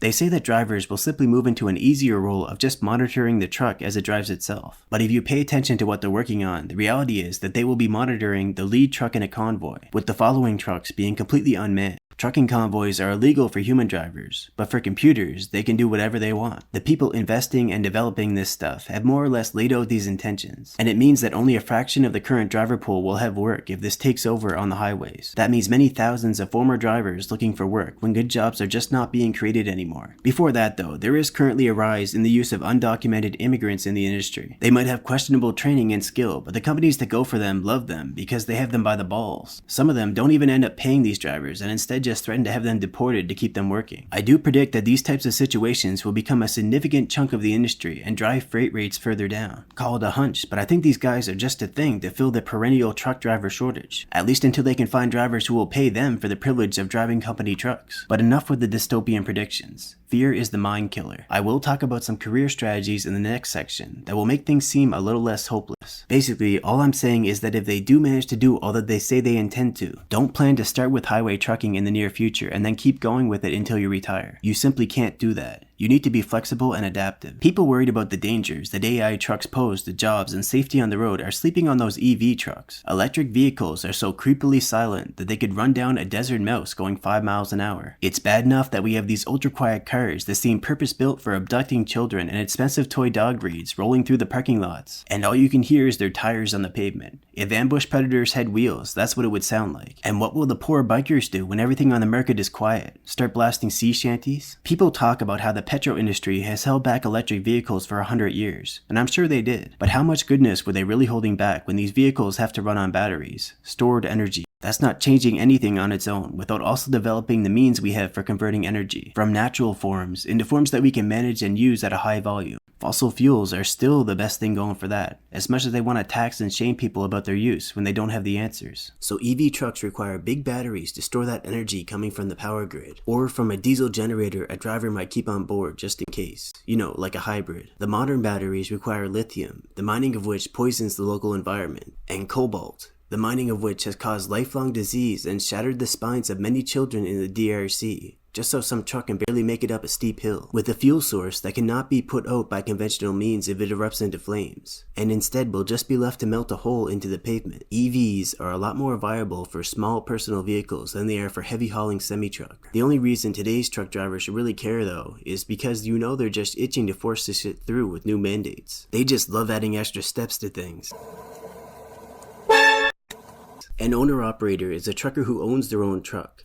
Some purists might even tell you that this is the only real kind of trucker and that this is freedom. Certainly, it is a much higher level of responsibility and pressure to keep running and making those truck payments. But the question is it worth it? Well, trucking being what it is, you'll hear a lot of different answers if you keep asking. The general consensus that I've been able to gather though is that with the high cost of fuel, all the regulations that currently exist and are being pushed down the pipeline, and the poor general freight rates, it is not worth it at the moment, and it would be better to just grind experience as a company driver. But that is only the general consensus. If you have a specific plan to make good money, lots of rainy day money because it rains a lot in trucking, and you know the sector of the industry that you're getting into from personal experience, and you have some good connections there too, then maybe you should give it a try. General freight though, no. And again, the money has to be good, and you have to know you can get in there. Otherwise, well, there's plenty of stories of guys who put years into it just to end up broke. Don't try and tell yourself you're just in it for the lifestyle, bro. If all you do is drive and stress, then you can't afford a lifestyle. Now that's for owning a truck, and probably having to make payments for quite a while to whoever helped finance it. Leasing a truck from the company you work for is another option, but most often not a good one. You have to consider your position. A lot of drivers are eager to start finally driving a truck that they actually own, and many companies will take advantage of this by having a lease program which really benefits them in several ways by pushing burdens and risk onto the driver. As a lease driver, there are a lot of liabilities that move from your company to you as you are technically not an employee anymore. They also can reasonably expect that you take better care of the truck and stick it out for longer than a company driver due to your sunken cost. And you might also have to pay for all maintenance yourself now if they cut off free shop services at your terminal. If you fail to stay profitable with this truck for what is often several years to pay off the lease, the truck goes back and you basically lost all that time and effort, which is made worse by the fact that companies are thus incentivized to screw you and give you fewer, less convenient, and lower paying loads, both because they benefit if you fail and because they get a larger cut of the profits of each load by sending a company driver to ship them, so they give the lease drivers the crap. Basically, the golden rule here is to think long and hard about what move the company you work for will see as the most beneficial to their bottom line, and to resist the temptation of a route to ownership that you can start right away. All that glitters is not chrome. A lot of people in trucking refer to the lease programs as never-never deals. And if you don't believe me, just watch the face of a driver who got into a lease program, thinking it was the shortcut to ownership, as he learns the fine details of the agreement he signed and realizes the implications. It is probably better to jump straight to being an owner-operator by finding some other kind of financing. But again, only if you are determined and have a good realistic plan based in real experience and talking to lots of people in the industry with your bullshit filter on. Owning a truck is an investment that takes a while to get to where you are making more profit than a company driver. I mean, you gotta make your payments and you gotta keep up with the government stuff, like the IFTA, getting your running rights in different states, and keeping up with the environmental mandates. And that could set you back in a hurry if there's suddenly a new big one. And in the end of the day, it's a business. You decide how much to pay yourself. And if you're not careful when doing that, the tax man could double dip on you. Please, sir, may I have some more? So basically, it's best to focus on just getting through the hard times before you can get to the still hard but you've got a little money times. You've got to actually love trucking to stick it out like that. That is, with one truck. If you're willing to take on the risk and somehow secure the financing and or save up enough to buy 3 trucks, and also obviously employ some other drivers, then you actually insulate yourself a little bit from being ruined by one bad incident. Say one truck is down for a while for a critical repair, and you've got to shell out the cash for the parts, the shop time, and continue to make payments for that truck. Well, sell with 2 other trucks on the road. And again, there should be a lot of focus put on serving a sector of the industry where you make good money. 2 other trucks on the road making money. You can stay afloat and not just lose the owner-op game right there. And this strategy can work to insulate risk up until you get to a less intimate size. Then it gets more complicated. Because whatever strategy you worked out to get those money loads is likely not going to be highly scalable. You'll get all stressed out and start eyeing those general freight load boards. Like I said, the small companies are really having a hard go right now. And part of having a plan is to understand your limitations. And me trying to explain how to bridge the gap between small and mega is like me trying to explain how to part the Red Sea. Now some drivers, even when they don't own their own trucks, choose to operate their driving career by registering a corporation through which to sell their services. There are some arguable advantages to doing this, such as writing certain things off as business expenses, but even that is kind of wishy-washy when you don't own any of the equipment. And the Canadian Revenue Agency, for instance, has made a specific statement that they consider trying to do this as an attempt at tax evasion. For the company that contracts this incorporated service business, they actually get let off the hook for certain legal obligations for employers. So a lot of dirty companies will encourage their drivers to get incorporated, telling them how it's such a big brain business move when they are the ones who benefit by far the most. You'll notice that in trucking, a lot of the scams are based on puffing up people's egos. You gotta stay humble, man. Now, as an actual owner-operator, it makes a lot of sense to get incorporated,